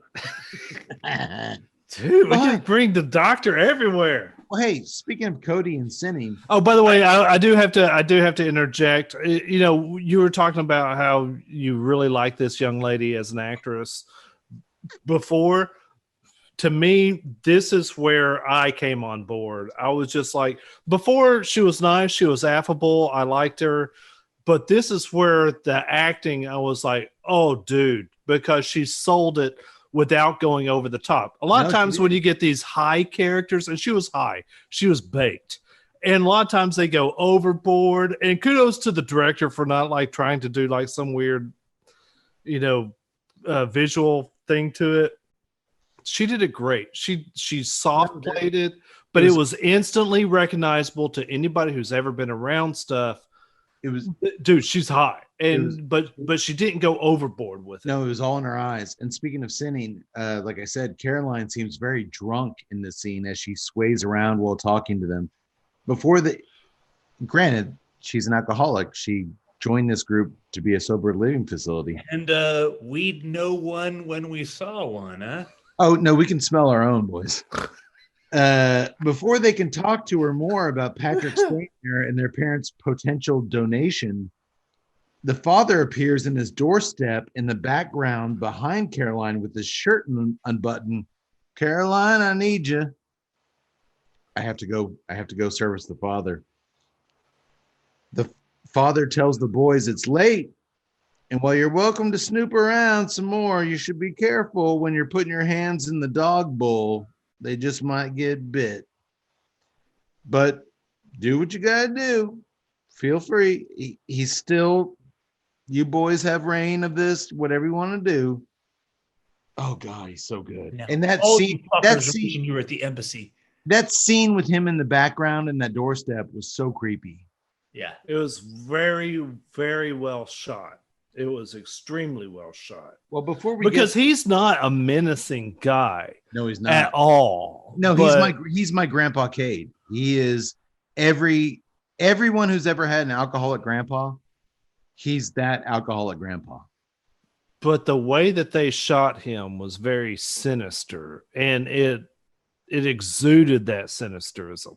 Not only just sinister, but just power. Like, you knew that if he snapped his fingers, those two guys with the AK-47s were gunning those reporters down. You're getting, you're getting that gist that he has that kind of weld. And before we move on, because from here on out things get fucking crazy, I want to bring close to the cigar because I'm with you, Tut. I'm burned towards the end here, and I want to say I got a little bit of the tea in that final third. Once that spice kind of down the nose, the tea presence kind of presented itself a little bit more in the cigar. Earth coffee, that green tea, that present, sometimes bold, but otherwise tempered on the nose was so nice and necessary for this long ass journey we took on the cigar. But I want to talk about price point. What would you guys pay for a highly enjoyable, well-constructed 9 inches of paradise? 9 inches. See, I've never priced a 9-inch fucking cigar. Holy crap. You priced my 9 inches last night, Tuttle. Damn you, Connery. Man. Tell you first. All right. What Tuttle said.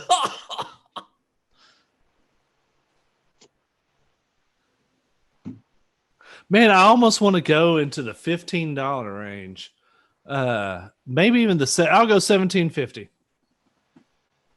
For the Un Presidente Brimstone. With the caveat that I have never priced a 9-inch cigar. El Presidente Vitola. $17.50. Yak Boy. Man, I was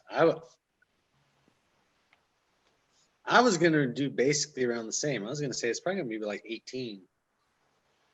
So you guys are 50 cents a piece, 50 cents apart here. I was gonna go $2 an inch. I'll go 20. I'm gonna go a little lower. I'm gonna go 15. Let me check my notes. What about that? $15. Damn, you're smart. 15, not bad for a 9-incher. I can't remember what the other Vitola of the Brimstone was. I thought that was about $13.50. I want to say it was like 12, 15-ish. 12, 15-ish. The largest one, yeah. You guys lit that bitch up about 2.5 hours ago. So That's that what is- I'm saying. Yeah. For easily a 2+ hour smoke. I think this is the standard in the Brimstone line. I think it gives you the flavor profile, but my God, man, for $15, 2.5 hours, 2 hours smoke can go with any. If it can handle my triple, if it can handle my Hershey beer, if it can handle Tut's fucking Imperial Maple Pecan Stout. yeah, and Yak Boy's weird IPA with jalapenos and this thing can handle anything, and it's just a really smooth, full-bodied smoke. I agree with you. It's my favorite expression of the blend. I love it as this is the Brimstone for me. You couldn't handle me in the Hershey last evening. Damn you, doctor. Oh, and I should say, remember when purchasing some fine Southern Draw or other premium cigars from FamousSmokeShop.com, use your new favorite promo code TNCC20 at checkout, where it will knock $20 off your purchase, $100 or more. There's nothing holy. The only thing holy about that is when you see your savings, you'll say, "Holy shit!" There you go. I saved a lot of money. Yeah, God, I like this cigar a lot. Okay, for follow-up cigars, I shouldn't smoke the Desert Rose. If you have something else, do it, because we might get to that Desert Rose before the end. I'll have to go inside and get something. And honestly, the Desert Rose is such a delicate Connecticut, like that wouldn't be fair to it to follow it up with this. It wouldn't be fair, but that's the way I am. I know, but please, unlike last episode, tell me you have something else in the coppers. You can... I'll have to go in there and get it, but yeah. Okay. All right. I'll have to go in there in the dog bowl and make sure I don't get. All right. Well, that's just the way you're geared. I don't blame you. That's not your fault. That's just the way you it is. don't even know you're doing it. You don't even know you're doing it. The reporters from Vice Media are freaking the fuck out. They don't know what's going on. For a sober living facility, Caroline sure as shit wasn't sober as she wobbled her way inside the father's cabin to bone the old First of guy. all, would any TNCC member be going to investigative journal sober living facility? No, that's why these are movie characters and not us. Oh, okay. Yeah, we would never. No. So Jake says, "What's the point of this place? If she's fucked up and she's supposed to be getting sober, what the hell's the point of this whole place?" Then Savannah, her mother, and a few other residents corner Sam and Jake behind one of the dark buildings and beg the men to take them with them when they leave in the morning. The mother tells Sam the father would kill them all if he found out they were talking to them. They're prisoners here. And she shows him the giant scars on Savannah's neck to prove it. She's not mute from birth. She's mute from the abuse. From the trauma. The trauma she's gotten from captors. And now we got a serious problem. You just showed me a beat up kid. Yeah, and Sam has a kid on the way, so he's got this kind of fatherly instinct brewing. They hear the two armed guards approaching, and the terrified residents sneak away just in time. Sam is pissed. His emotions are running wild. Like I said, as a soon-to-be father, he wants to take Savannah with him on the helicopter tomorrow morning. But Jake tries to reason with his friend, his coworker.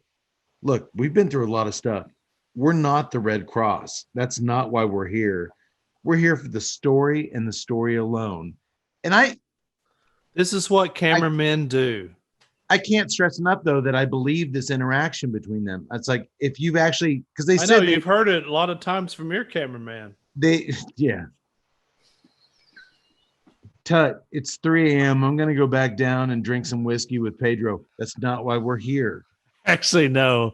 You dealt with me after the 3 a.m. Pedro whiskey event. Actually, you don't dissuade me. You had to carry me through 3 states. You don't dissuade me from doing any stupid shit. You encourage it. By the way, just on a side note, Tuesday Night Cigar Club is looking for a cameraman who might have some kind of scruples that could lead us to some kind of journalistic integrity. Well, hey, it doesn't matter, because just then the father's voice comes on the loudspeakers in the middle of the night. That's all for tonight. It's been wonderful. Return to your cottages and be thankful for the joy we have in our lives. God bless you all. And the speaker shut off. Doctor, I love the loudspeakers addressing the entire community because it reminded me of our beloved Halloween 3. When those speakers in Santa Mira go off, it's time to go to bed. Go into your homes. There's something about the loudspeaker voice. It just reminded me of Halloween 3, and it made me happy. Did you get that, Doctor? I didn't think of it during the movie. Now that you bring it up, it's a good analogy. Doesn't he also say that he needs Wendy and the cleanup crew to meet him at the pavilion? Yep. He does. They're up to something, which we don't know yet. But I like that it's to me that loud, that soothing voice over loudspeakers at night is just. You want me to get really crazy? I like that aesthetic. It's calming. It's government. It's the government emergency system. It's the government broadcast. Everything's fine. Nothing to see here. Put on your You're mask. okay. Put on your Or mask. you. Yeah, there's a Halloween 3 parallel there. Okay. It's time for the evening giveaway. Okay. As the journalists try unsuccessfully to get some sleep before their helicopter arrives in 8 hours, Jake turns his camera on for a testimonial as he lies in bed. He's like, yeah, you know what? I just can't sleep. He says calmly that he's actually kind of scared. It's the most scared I've been in a long time, and I'm ready to go home, he says.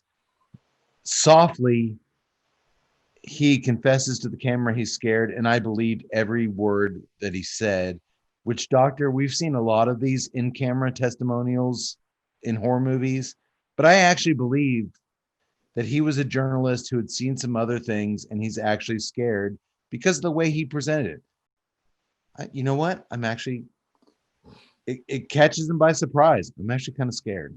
I believed it. I believed Joe Swanberg in that moment. Yeah, I was right there with him. I like Swanberg, and I like that scene.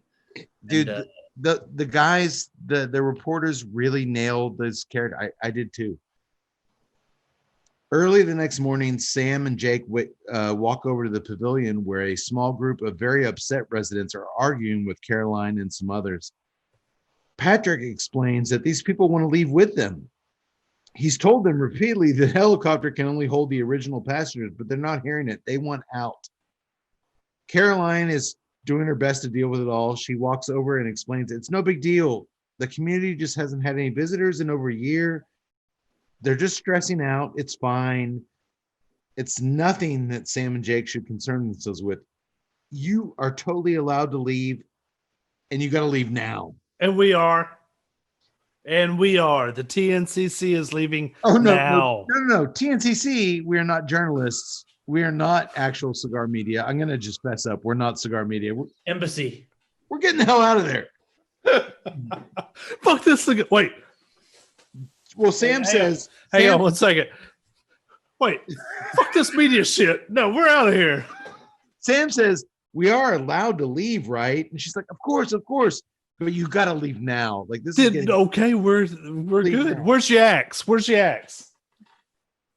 Yax is on the helicopter. These people can't... No, you're with the orgy people. Caroline says they can't leave. The helicopter. Their families are here. They can't leave them behind.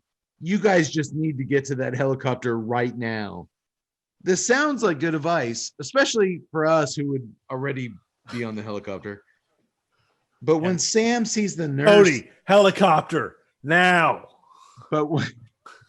Cody stepping out of one of those cottages with little Native American breechcloth on, smoking a cigarette. What's the hurry? Yak Boy's always our wild card. But it sounds like good advice. But when Sam sees the nurse manhandling little girl Savannah, he runs over to them, despite Jake pleading with him again and again. Don't get involved, Sam. Don't get involved. But no, Sam sees this wounded girl and he wants to stay behind and try to save Savannah. So he tells Jake, go ahead, go alone on the truck, tell the helicopter to wait. I'm going to figure the shit out. Again, these are guys with souls, not the Tuesday Night Cigar Club. And they're also morons. The only thing I thought in this whole sentence, I'm going to figure this out, was like, you don't have an AK-47. What the hell are you going to do? This leads me to one of my favorite scenes in the film. As if the father was going to let Jake get back to the chopper and tell the world what's going on, right? But that train of thought is why I was totally caught off guard when the armed guards did take Jake back to the helicopter. I kept waiting for them to stop him, and they don't. They had their marching orders. Tut, I thought you would love this. There's a great tense POV shot filmed from a camera mounted on top of the truck. We can only see the rusted hood of the vehicle below us and the dirt road ahead. as it creeps towards the helicopter. I kept waiting for it to stop, but it never did. It gets to the end of the road. And I'm like, oh, wow, they're actually going to let this guy get. But I just kept waiting. Dude, that's good filmmaking, man. I kept waiting for them to stop, and it never did. Only before Jake can talk to the pilot, he gets off and he runs across the clearing to the helicopter. As he approaches the pilot, those guards then jump out of the truck and shoot the pilot from the edge of the forest, wing him, and start firing like crazy at Jake as he runs for his life. But he's a good cameraman as he keeps rolling the entire time. Okay, wait, hang on. All right, a couple of things. All right, one thing, because I'm so familiar with the story, I knew that they would probably get them right at the helicopter, not before it, because that's the way it went down. I mean, they were on the airstrip, they were loading up, the tractor comes out, the gunmen open up on the congressman there. So I kind of figured that they'd probably get to the helicopter, that they would do that thing. And then the second thing was just that I'm kind of going, I started channeling my inner doctor. Why keep rolling? When the bullets start flying, drop the fucking camera and run. Because, Tut, unlike most found footage films that we watch and we've talked about on the show, it didn't bother me because Sam and Jake had already said they covered war zones and they've been to serious shit. So he's probably an experienced cameraman, and keeping the footage rolling was no matter. He was trained to do that. Unlike the movies we watch where it's a teenage girl who somehow keeps rolling when a ghost is chasing her. That's weird. These guys are trained to keep rolling no matter what. Well, I'm just saying that if you would substitute a trained cameraman to keep the camera rolling when the ghost is chasing him, I don't know. I kind of think that you would just drop the camera and run at some point. I believe that his training geared him to always keep it rolling because that's his job. He's a war zone investigative journalist. When we watch a horror movie like a paranormal thing where the kids keep filming when shit's going wrong, that seems weird to me. Yeah. That's his job. And he's done it before because we had a little bit of not a lot of backstory, but a little bit. Yeah. Where they had been in war zones. And you're in a war zone, that footage that you keep rolling is what's going to make it into the final thing. I get that. So that I actually believed it for once. When the guards lose Patrick in the trees as they're shooting at him, one of the men we see through the camera that gets put down, one of the men puts his gun down and asks the other guy, "What are we doing here?" And his partner tells him, "This is the end that Father warned us about. Nobody can leave here alive." I thought that was a little bit forced. I mean, if you're a gunman at that point, you know what your job is. I thought that was a little bit of exposition there for the audience. I think it was kind of necessary for what happens later. Yeah, that because, totally. And I will interject this later on, my thoughts. Back at Eden Parish, Caroline is losing her shit as she screams at her brother Patrick that Father warned her they were going to destroy the community from within by coming here, and she didn't listen. She fought for them, and it was a big mistake. He's no longer her family. Her family is here, these people. And stop fucking filming me. She finally loses her goddamn shit at the camera as she grabs it. That's one pissed off hippie. A man with a machete tackles Sam and Patrick to the ground, and as Patrick's camera lies on its side, we see the father calmly approach the group through its lens. All the shouting and chaos on the sides. He tells someone, "Take the camera, film what I'm going to do next because it's important." We cut back to the helicopter where we learn that Jake is alive. He actually snuck around and evaded those gunmen. And guess what? So's the helicopter pilot. He's alive. Jake helps the wounded man into the cockpit, and the pilot tells him, "Go get your friends, and then they'll all leave together." Ooh, that's one brave helicopter pilot. would y'all go back for me or just tell the pilot I was dead and get the fuck out of there? Well, first of all, if I'm the pilot and I'm bleeding out my fucking arm, I'm like, man, I don't know how long I've got to live. He says I can still fly this, but rather than leave now, he's an admirable man, unlike the TNCC. Go get your friends and we'll all leave together. Would you, as Jake the cameraman, would you be like, oh, it doesn't matter, they're all dead, and just leave? Or would you come back and get me? See, it comes full circle to my original plan, which shows how I'm right all along, because I had spent the night in comfort at the American Embassy. I didn't show up with that guy and his fucking flea bird. I showed up with a gunship and half dozen fucking Marines. Now who's smart? Thank you, Doctor. The way I would look at it is that if I was Tut the cameraman, I would want to, because of our history, I would want to try to go back and I would want to try to see if I could do something. If I was the helicopter pilot, fuck you guys. I don't know you for Adam. I'm getting the fuck out of here. Yeah. Well, admirably, unlike Tut, Jake. Well, unless, of course, the pilot is like, I don't get paid unless I bring y'all both back.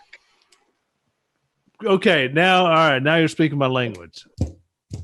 I gave you half $100 bill when I got on that, but I'll give you the other half when we get on the thing. TNCC style.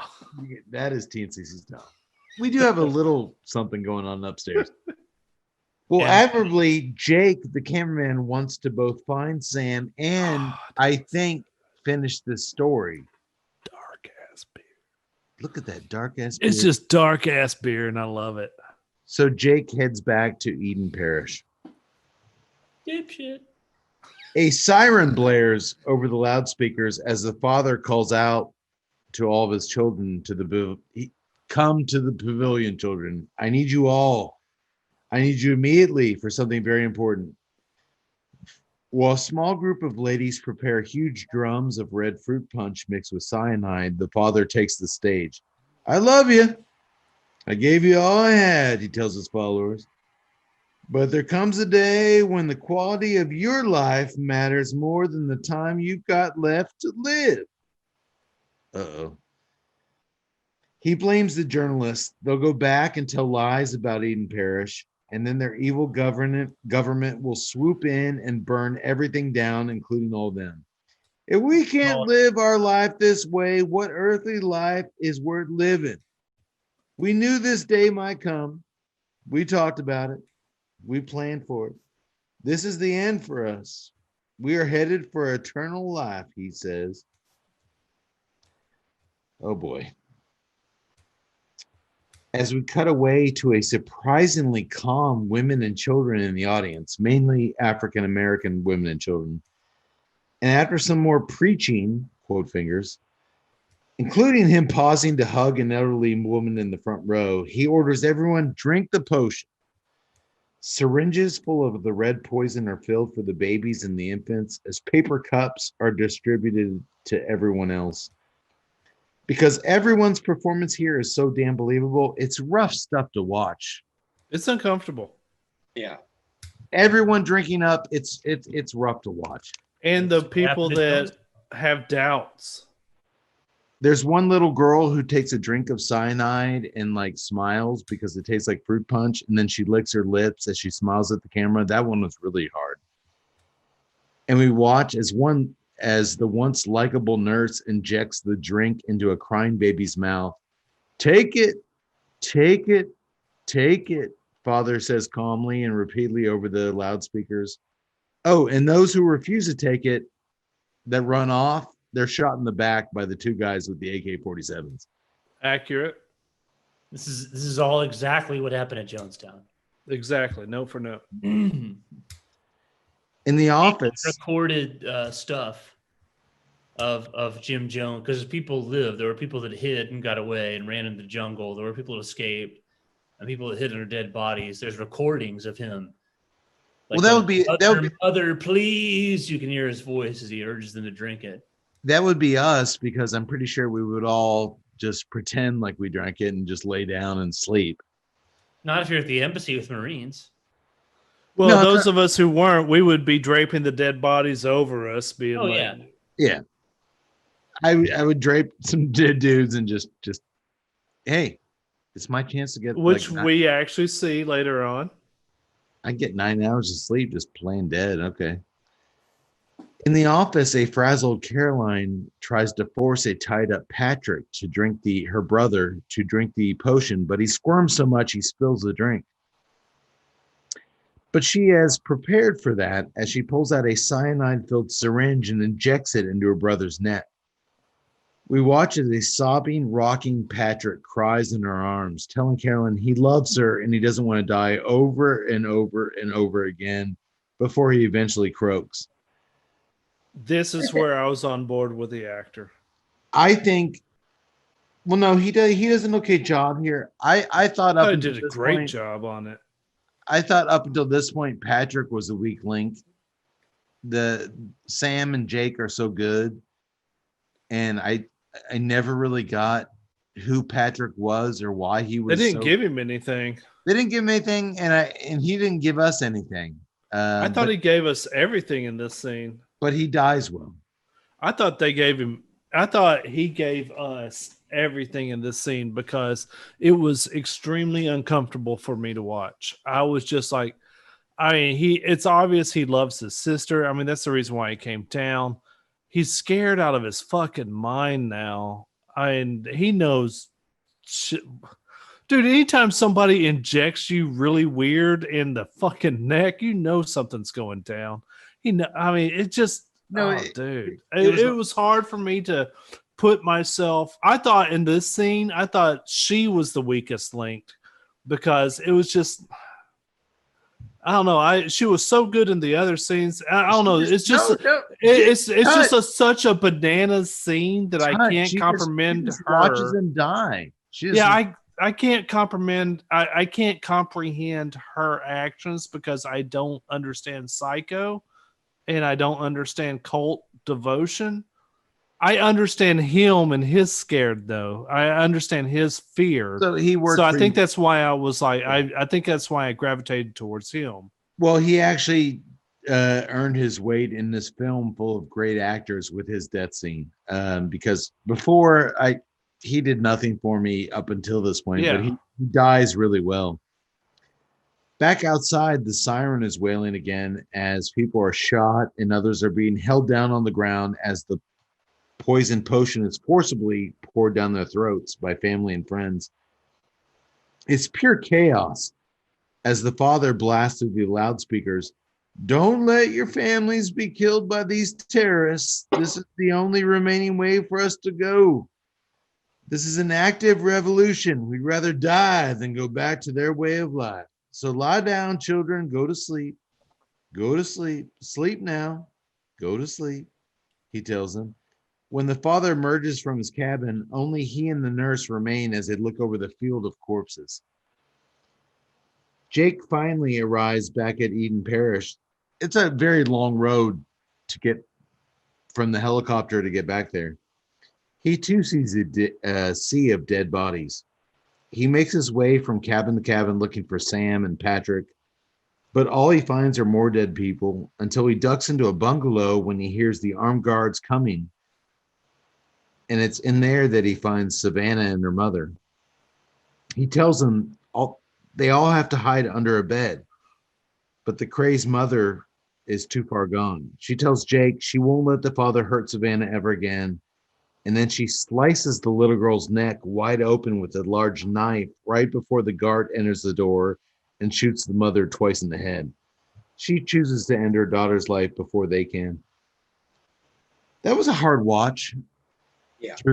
Especially through the lens of Jake's camera because he sets it down. So we see her basically slice her daughter's neck wide open.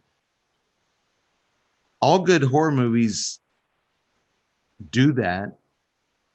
And in this moment of crazy madness, I actually think that was a great call. Dude, it worked. You're not going to take her. I'm going to take her. It seems so crazy and on the surface, it's such a cheap kill, and it's such a dude. It worked for me.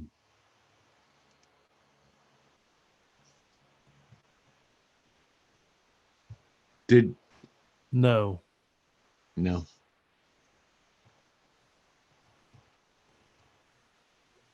Keep going. I will elaborate. All right, tell me when you're ready.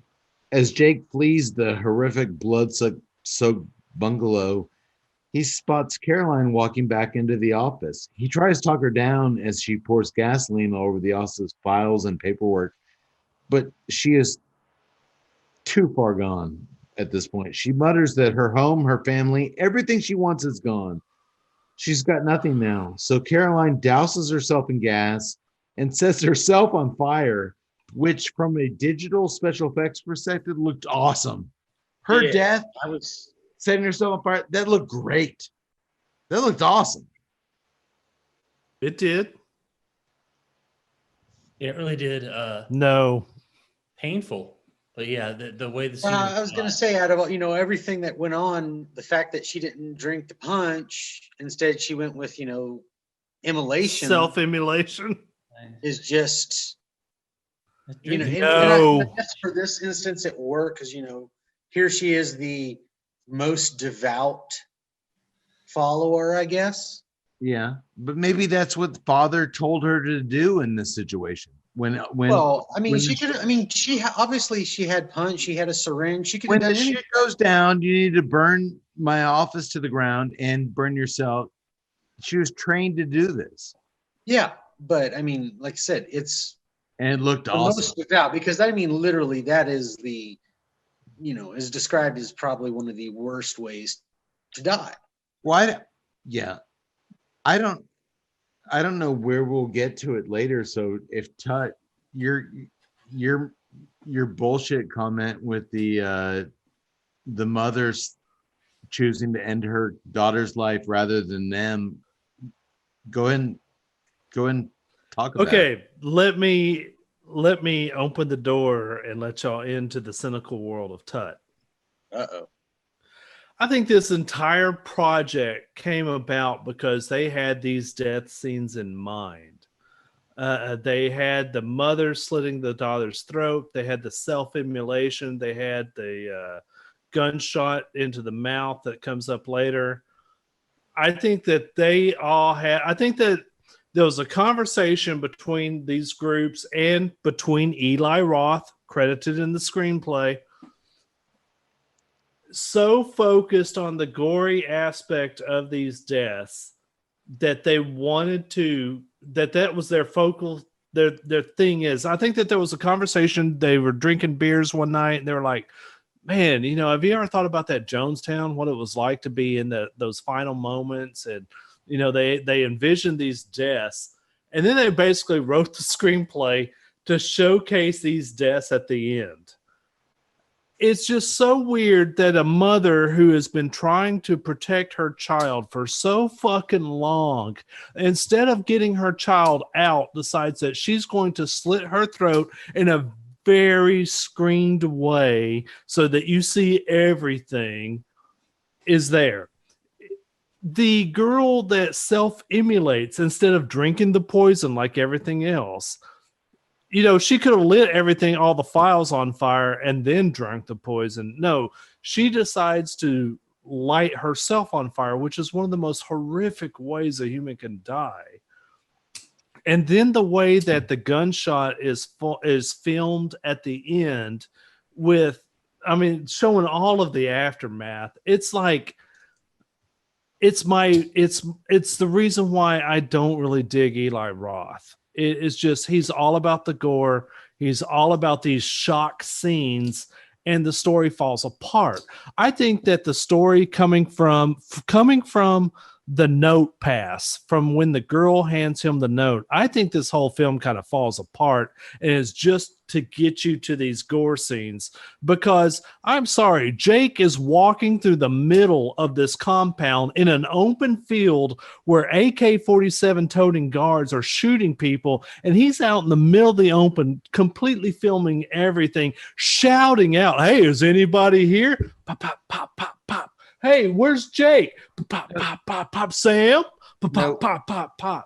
And I just don't dig it. I just like, no, that guy would have been hugging the tree line. He would have been trying to come in from an angle. Well, you're talking about stuff. You're talking about stuff that hadn't happened yet. Well, that's why I was going to hold on to the end, and you called me and you told me I needed to get it now. It's just, to me, the whole end thing falls apart. It's a note for note telling of Jonestown, but I think what they were doing was talking about Jonestown, imagining these death scenes, and then doing this entire project to showcase these death scenes. That's a great point, Tut. And I don't think the movie falls apart after the note giving. I don't think it falls apart even as you get to the end, but your proposition that the entire thing was created to just show those gory deaths at the end, that's something I did not think about. And now that you've brought it up and I'm thinking about it, I'm not poo-pooing that. I mean, I could be wrong, but like I said, look who's credited in the screenplay. No, as a producer. No, it was on the screenplay as well. I'm not poo-pooing the idea that what Tut said, that I really enjoyed this movie. I enjoyed it throughout. I enjoyed AJ Bowen. Enjoyed Joe Swanberg, enjoyed Amy Simetz or Seametz, however you say it. Actors are beyond reproach. They did a great job. That there was a thought from the beginning of here's some deaths we're going to show. You made me think about that for the first time. I don't think that could necessarily be wrong. Okay. Well, to my point. Thank you, Doc. To my point, written by only has one credit. Really? I could have sworn I saw that, because, like I said, I watched the credits trying to look for that damn song. There's no Eli Roth presence on the credit. I did a quick check.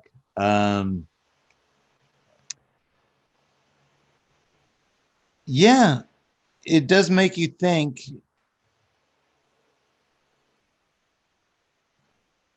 Did we get? Dude, I'm looking at it right here. The Sacrament screenplay, Ty West and Eli Roth. On what? What are you looking at? Hold on, guys. Let's not get hung up on what the actual credits are. No, because I have to be right, Doc. I have to be right. I'm sorry. I want to know what Tut is looking at, because I'm looking at IMDb and. I don't care. I think that the supposition that there were conversations that were had beforehand about what they wanted to do, put on screen. I don't really care what the actual credit says afterwards. There could have been planning going on beforehand about, and maybe we're wrong. I never thought of it that way when Tut's saying these are deaths, the throat slitting, the immolation, the eating the bullet, that don't really jibe with the whole swallowing the Kool-Aid, that there could have been some thought about, we're going to show this.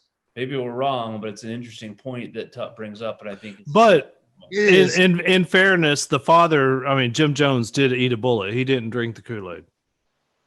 I don't think it matters who's credited with the screenplay. Conversation. No, I was saying that historically, like I said, it was a note for note retelling of Jonestown. Jim Jones shot himself. He didn't drink the Kool-Aid with the rest of them.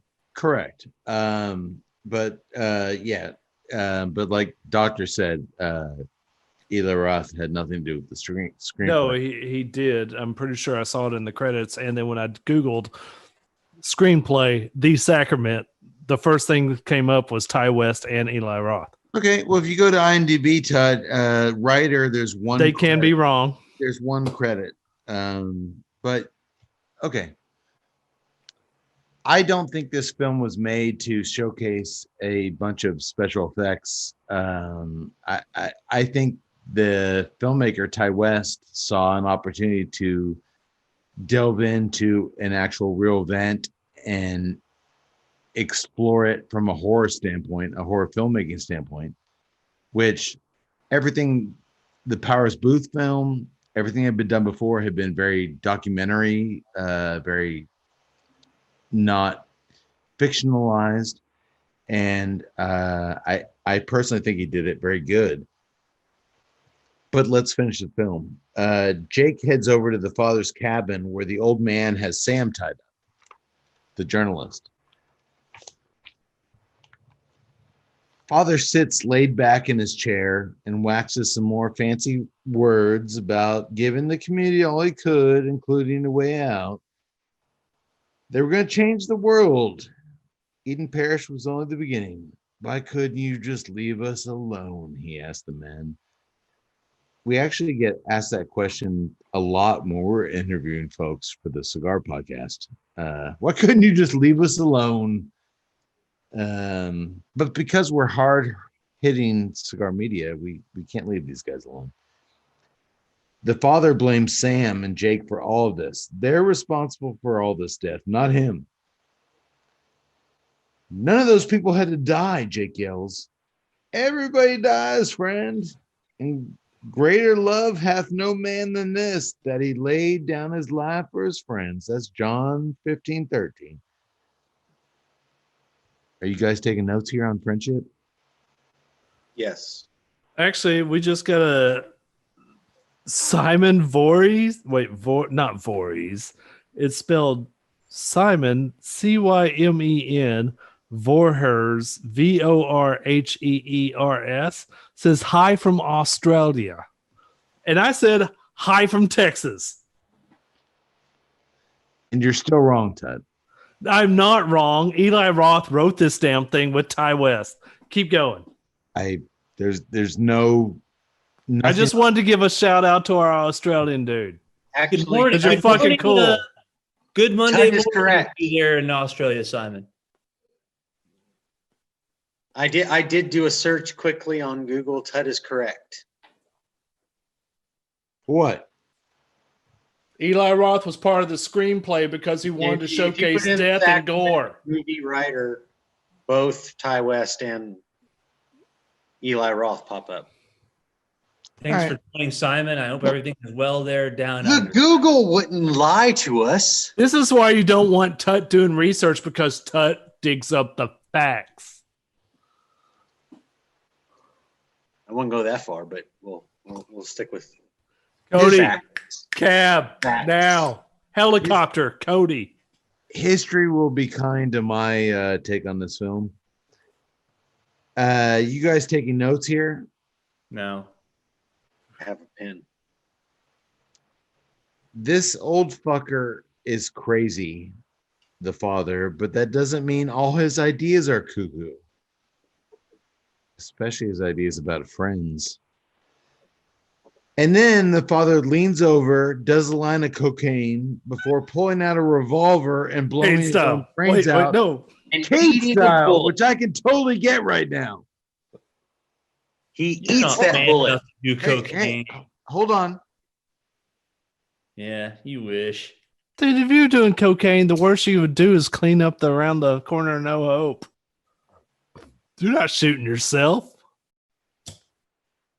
Yeah, but what I really like is the fact that he does that coke and it literally has zero effect.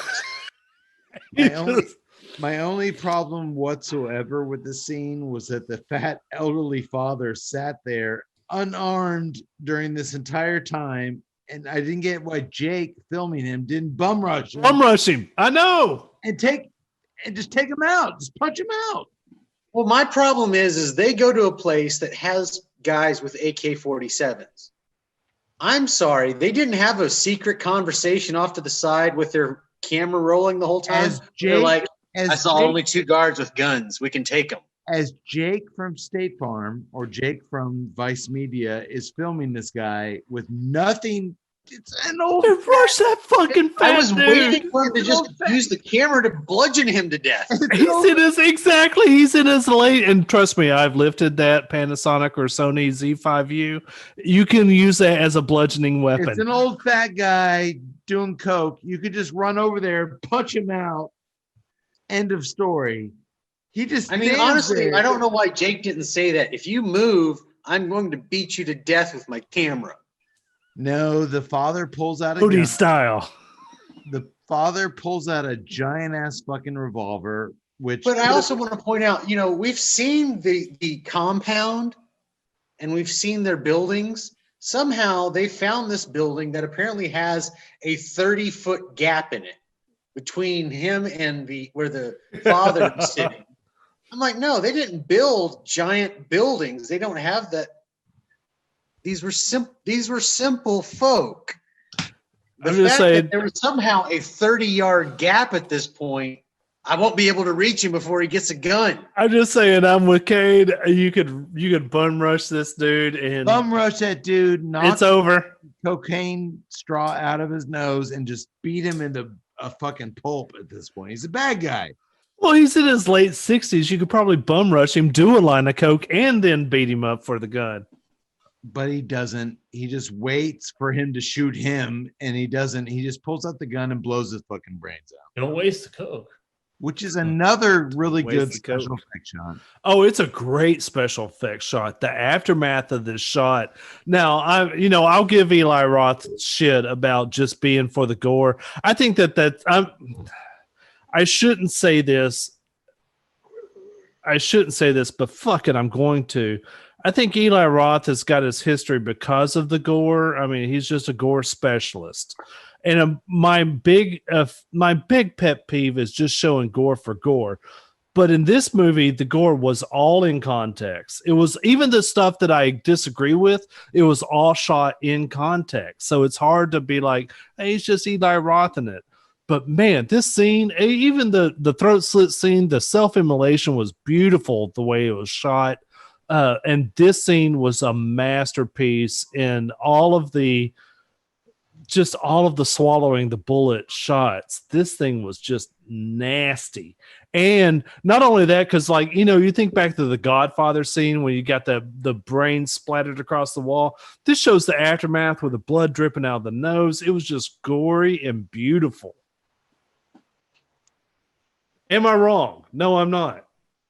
I think you're wrong that Eli Roth had anything to do with this movie. I think he cut a check and lended his name to this thing, and the It's on the fucking screenplay.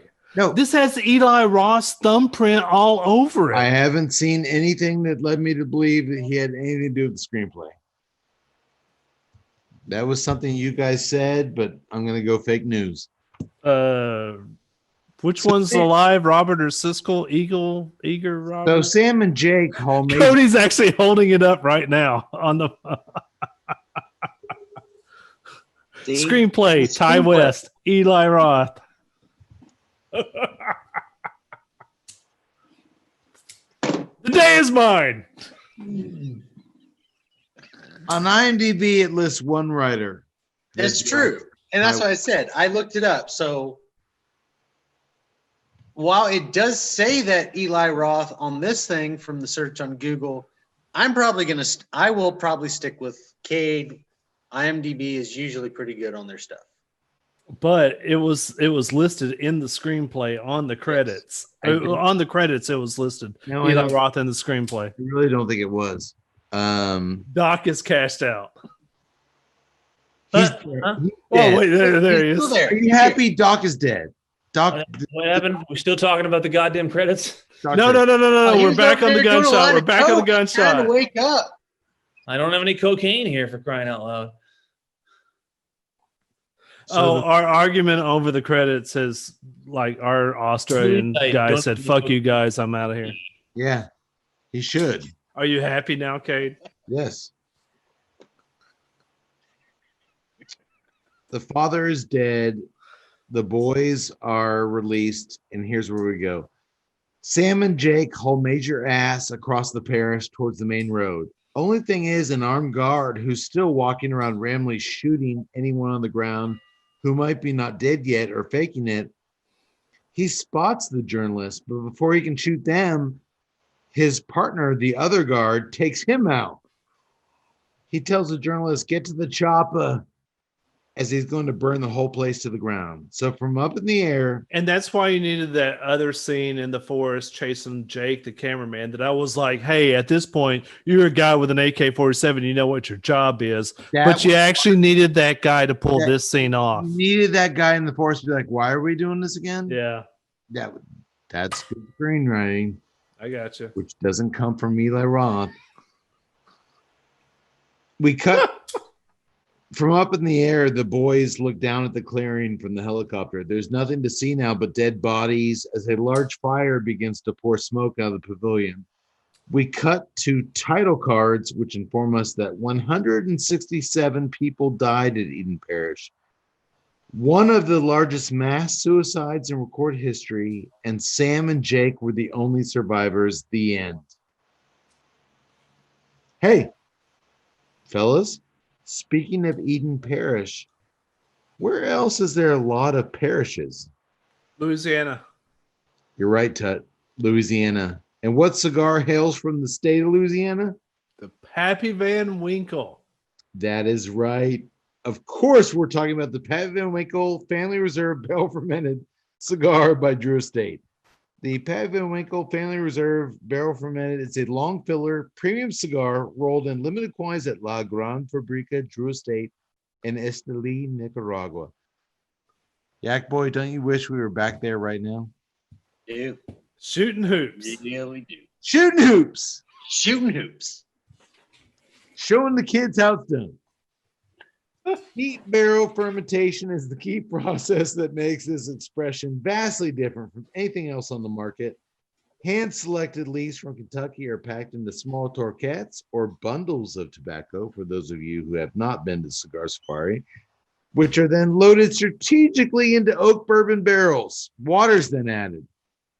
While immense pressure is applied to the torquettes via railroad jacks, not jumping jacks, not car jacks, not, well, that's the only Tractor jacks? No, God no, doctor. Railroad jacks.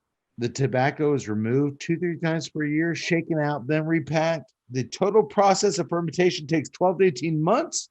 That's more than baking a baby in your fucking oven, leaving a truly unique flavor profile and aroma. The Pappy Van Winkle's Family Reserve Barrel Fermented is now available at brick and mortar Drew Diplomat retailers everywhere.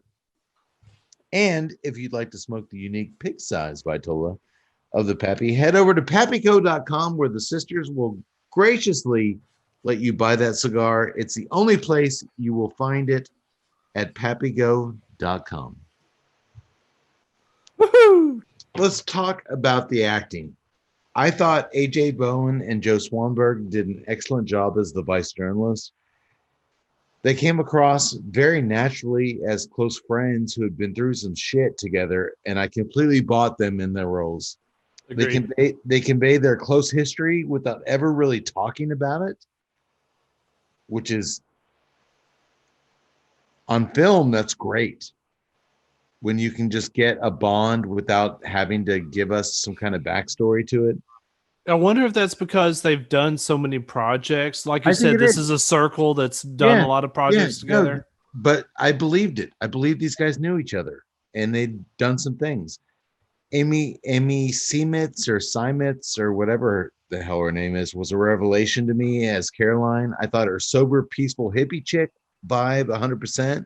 I bought it, as well as when she goes apeshit, frantic psycho bitch at the end. And I bought all the subtle transformations she undertakes in between. She was brilliant. Loved it. And obviously, as we mentioned earlier, Gene Jones as the father is simply terrific. And I think his performance alone is reason to watch this movie if you're a If I was sober enough to stand up and clap, if I you're an would. up-and-coming actor, you need to watch this movie because this is acting 101. You need to God, watch. Jones And was if you so are, good. And if this movie wasn't a horror movie, he would have won awards for this. well, he did get a nomination from Fangoria for their Chainsaw Award for this. Again, Oh, really? again, Yaks. If this wasn't a horror movie, he would have gotten like real awards, not Fangoria awards. Well, Huh. Hey, some mention's better than no mention. Agree. Well acted by everyone. Everyone was phenomenal. in Let me it. put it to you this way: at least Gene Jones got a nod from Fangoria.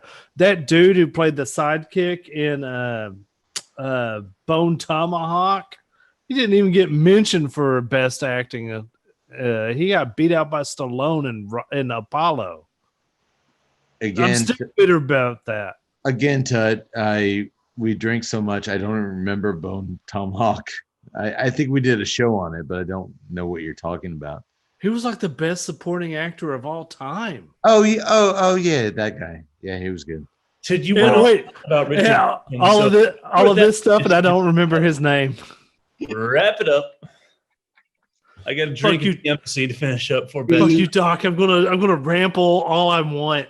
The complicated. Wait, I'm sorry, Doc. You're absolutely right. All I got to do, Tut, is do this. Don't do it. No, don't do it, Doctor. The complicated yet pretty perfectly minimalistic musical score is performed by the prolific Tyler Bates. Dude, this guy would go on to do the Marvel Guardians of the Galaxy movie scores. Like, this is a big deal guy. I thought it worked amazingly well throughout the film. My only complaint was the music was far too foreboding when we first watched The Father, like I said. But that's not on the composer. That's on the director for letting that music go in at that moment. Okay. That's not the composer's fault. Up to that point, everything seems so positive and up within the community. The music, as he approaches the crowd, it just seemed like we should have had that change as an audience member and not given to it with the music.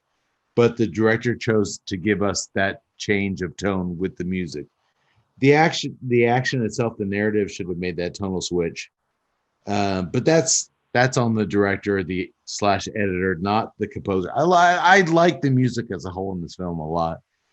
And speaking of editing, I want to give the director, Ty West, for his job editing the film some props because I thought it was expertly paced. We didn't linger anywhere too long or indulge in any moment that didn't deserve to be indulged upon. And I want to point that out because a lot of times when a director edits his own films, he tends to dwell on precious moments that he thinks are important as I captured this and it's great. And there really aren't. It ends up hurting the film. But dude, this guy kept the film moving at a great pace, especially at the halfway point when things went bonkers. He kept the shit moving constantly. And I get, if you shot the shit and you're editing it, I thought he did a really good job of piecing together a really great movie. According to the Amazon trivia, he cut out 45 minutes of backstory. I know that's admirable. That's admirable. The fact that if he cut out 45 minutes and made this the fast-paced thing that he is, that's admirable. It's tough to do. Especially when you're the director and you get attached to these moments. It's your baby. And these little things, you're like, I can't lose that. I can't lose that moment. Dude, the last half of this movie just fucking rocks and it moves and it's so well paced. And when you're the director and you're also cutting the film, I like it. I don't care what Tut says. I didn't say anything. I saw you smirking. All right, boys. For our big religious episode, I think we found some discoveries tonight. I agree. This is a good flick to discuss. Oh, I definitely enjoyed the discussion. Enjoyed the movie as well. Me too. I got a lot of problems with it. I got some. I don't agree about the second half, but I still like it. I would suggest people watch it. I do too. But let's start at the beginning. It all started with the beers. Tut, your beer was cocoa. Man, cocoa heavy, the cocoa nibs of the Slipping into Darkness. I'm gonna go. Even though I was skeptical at first, and I didn't like it at the first deal. The first shock was like, this sucks. Oh wait, this is good. And then of course, 4 into a 10.5 ABV. Oh, this is a great beer. Yeah. And it played well with the cigar. It played great with the cigar. Yak Boy, your jalapeno beer, the jalapenos died down and you felt like you got what the cigar had to give you without any kind of interference, correct? Yes, I liked it. Like I said, palate got acclimated, so that jalapeno kind of disappeared. So it just became a really solid IPA.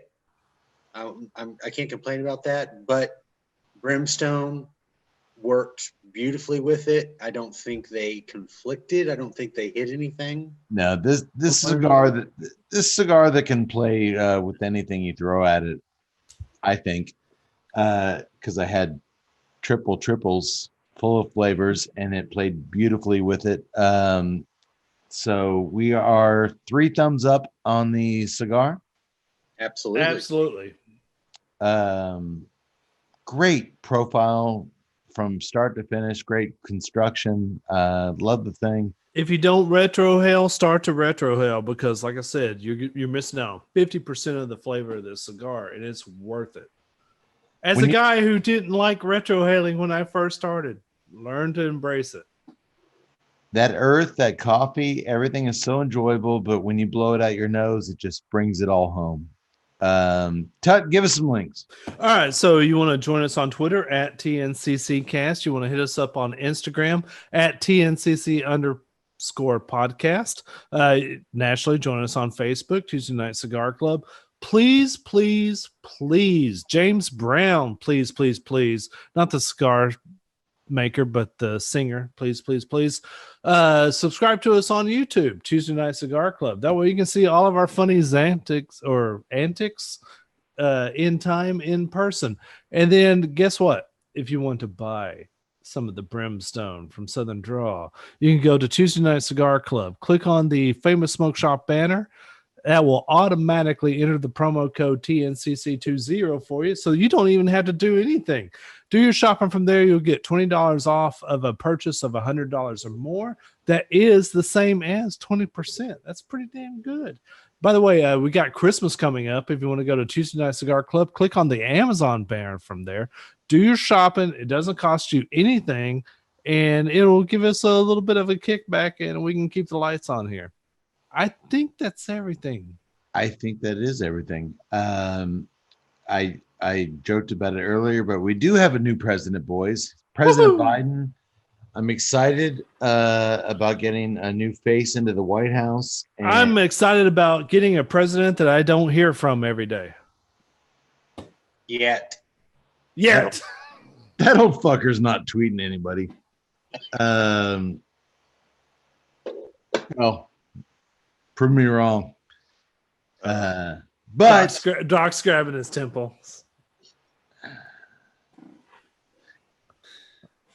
Running towards 1 a.m., boys. Yeah, Doc's got to get out of here. All right, let's do this. I'm thankful that we have a new president. Finally, we'll announce it.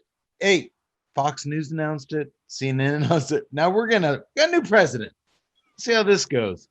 Welcome to the shit show, boys and girls. But despite the shit show, we can only hope one thing. And what is that, boys and girls? That there's more beer? We need a lot more beer. But all we can hope for inherently is that when it's all said and done, whoever is in charge, and they're all fucking whatever, may the wings of liberty. I'm with you, Tut. Tut's giving so many hand signals here. I can keep up with it. Thumbs down, jacking off. I don't know what to do. So I'll just say this. The Tuesday Night Cigar Club is 100% in favor of the wings of liberty never losing a feather. Ever. I have a real positive feeling about this. I do too. I'm really centered. Centered. Needs more ground up I seahorse. got a 16 in bag. May the wings of liberty never lose a feather. When no one else is here for you, we will be in 2 weeks. That's what we do. Sayonara, motherfuckers. We'll see you in a couple weeks. Hang in there. Be strong. Be safe. Talk to you later. Bye.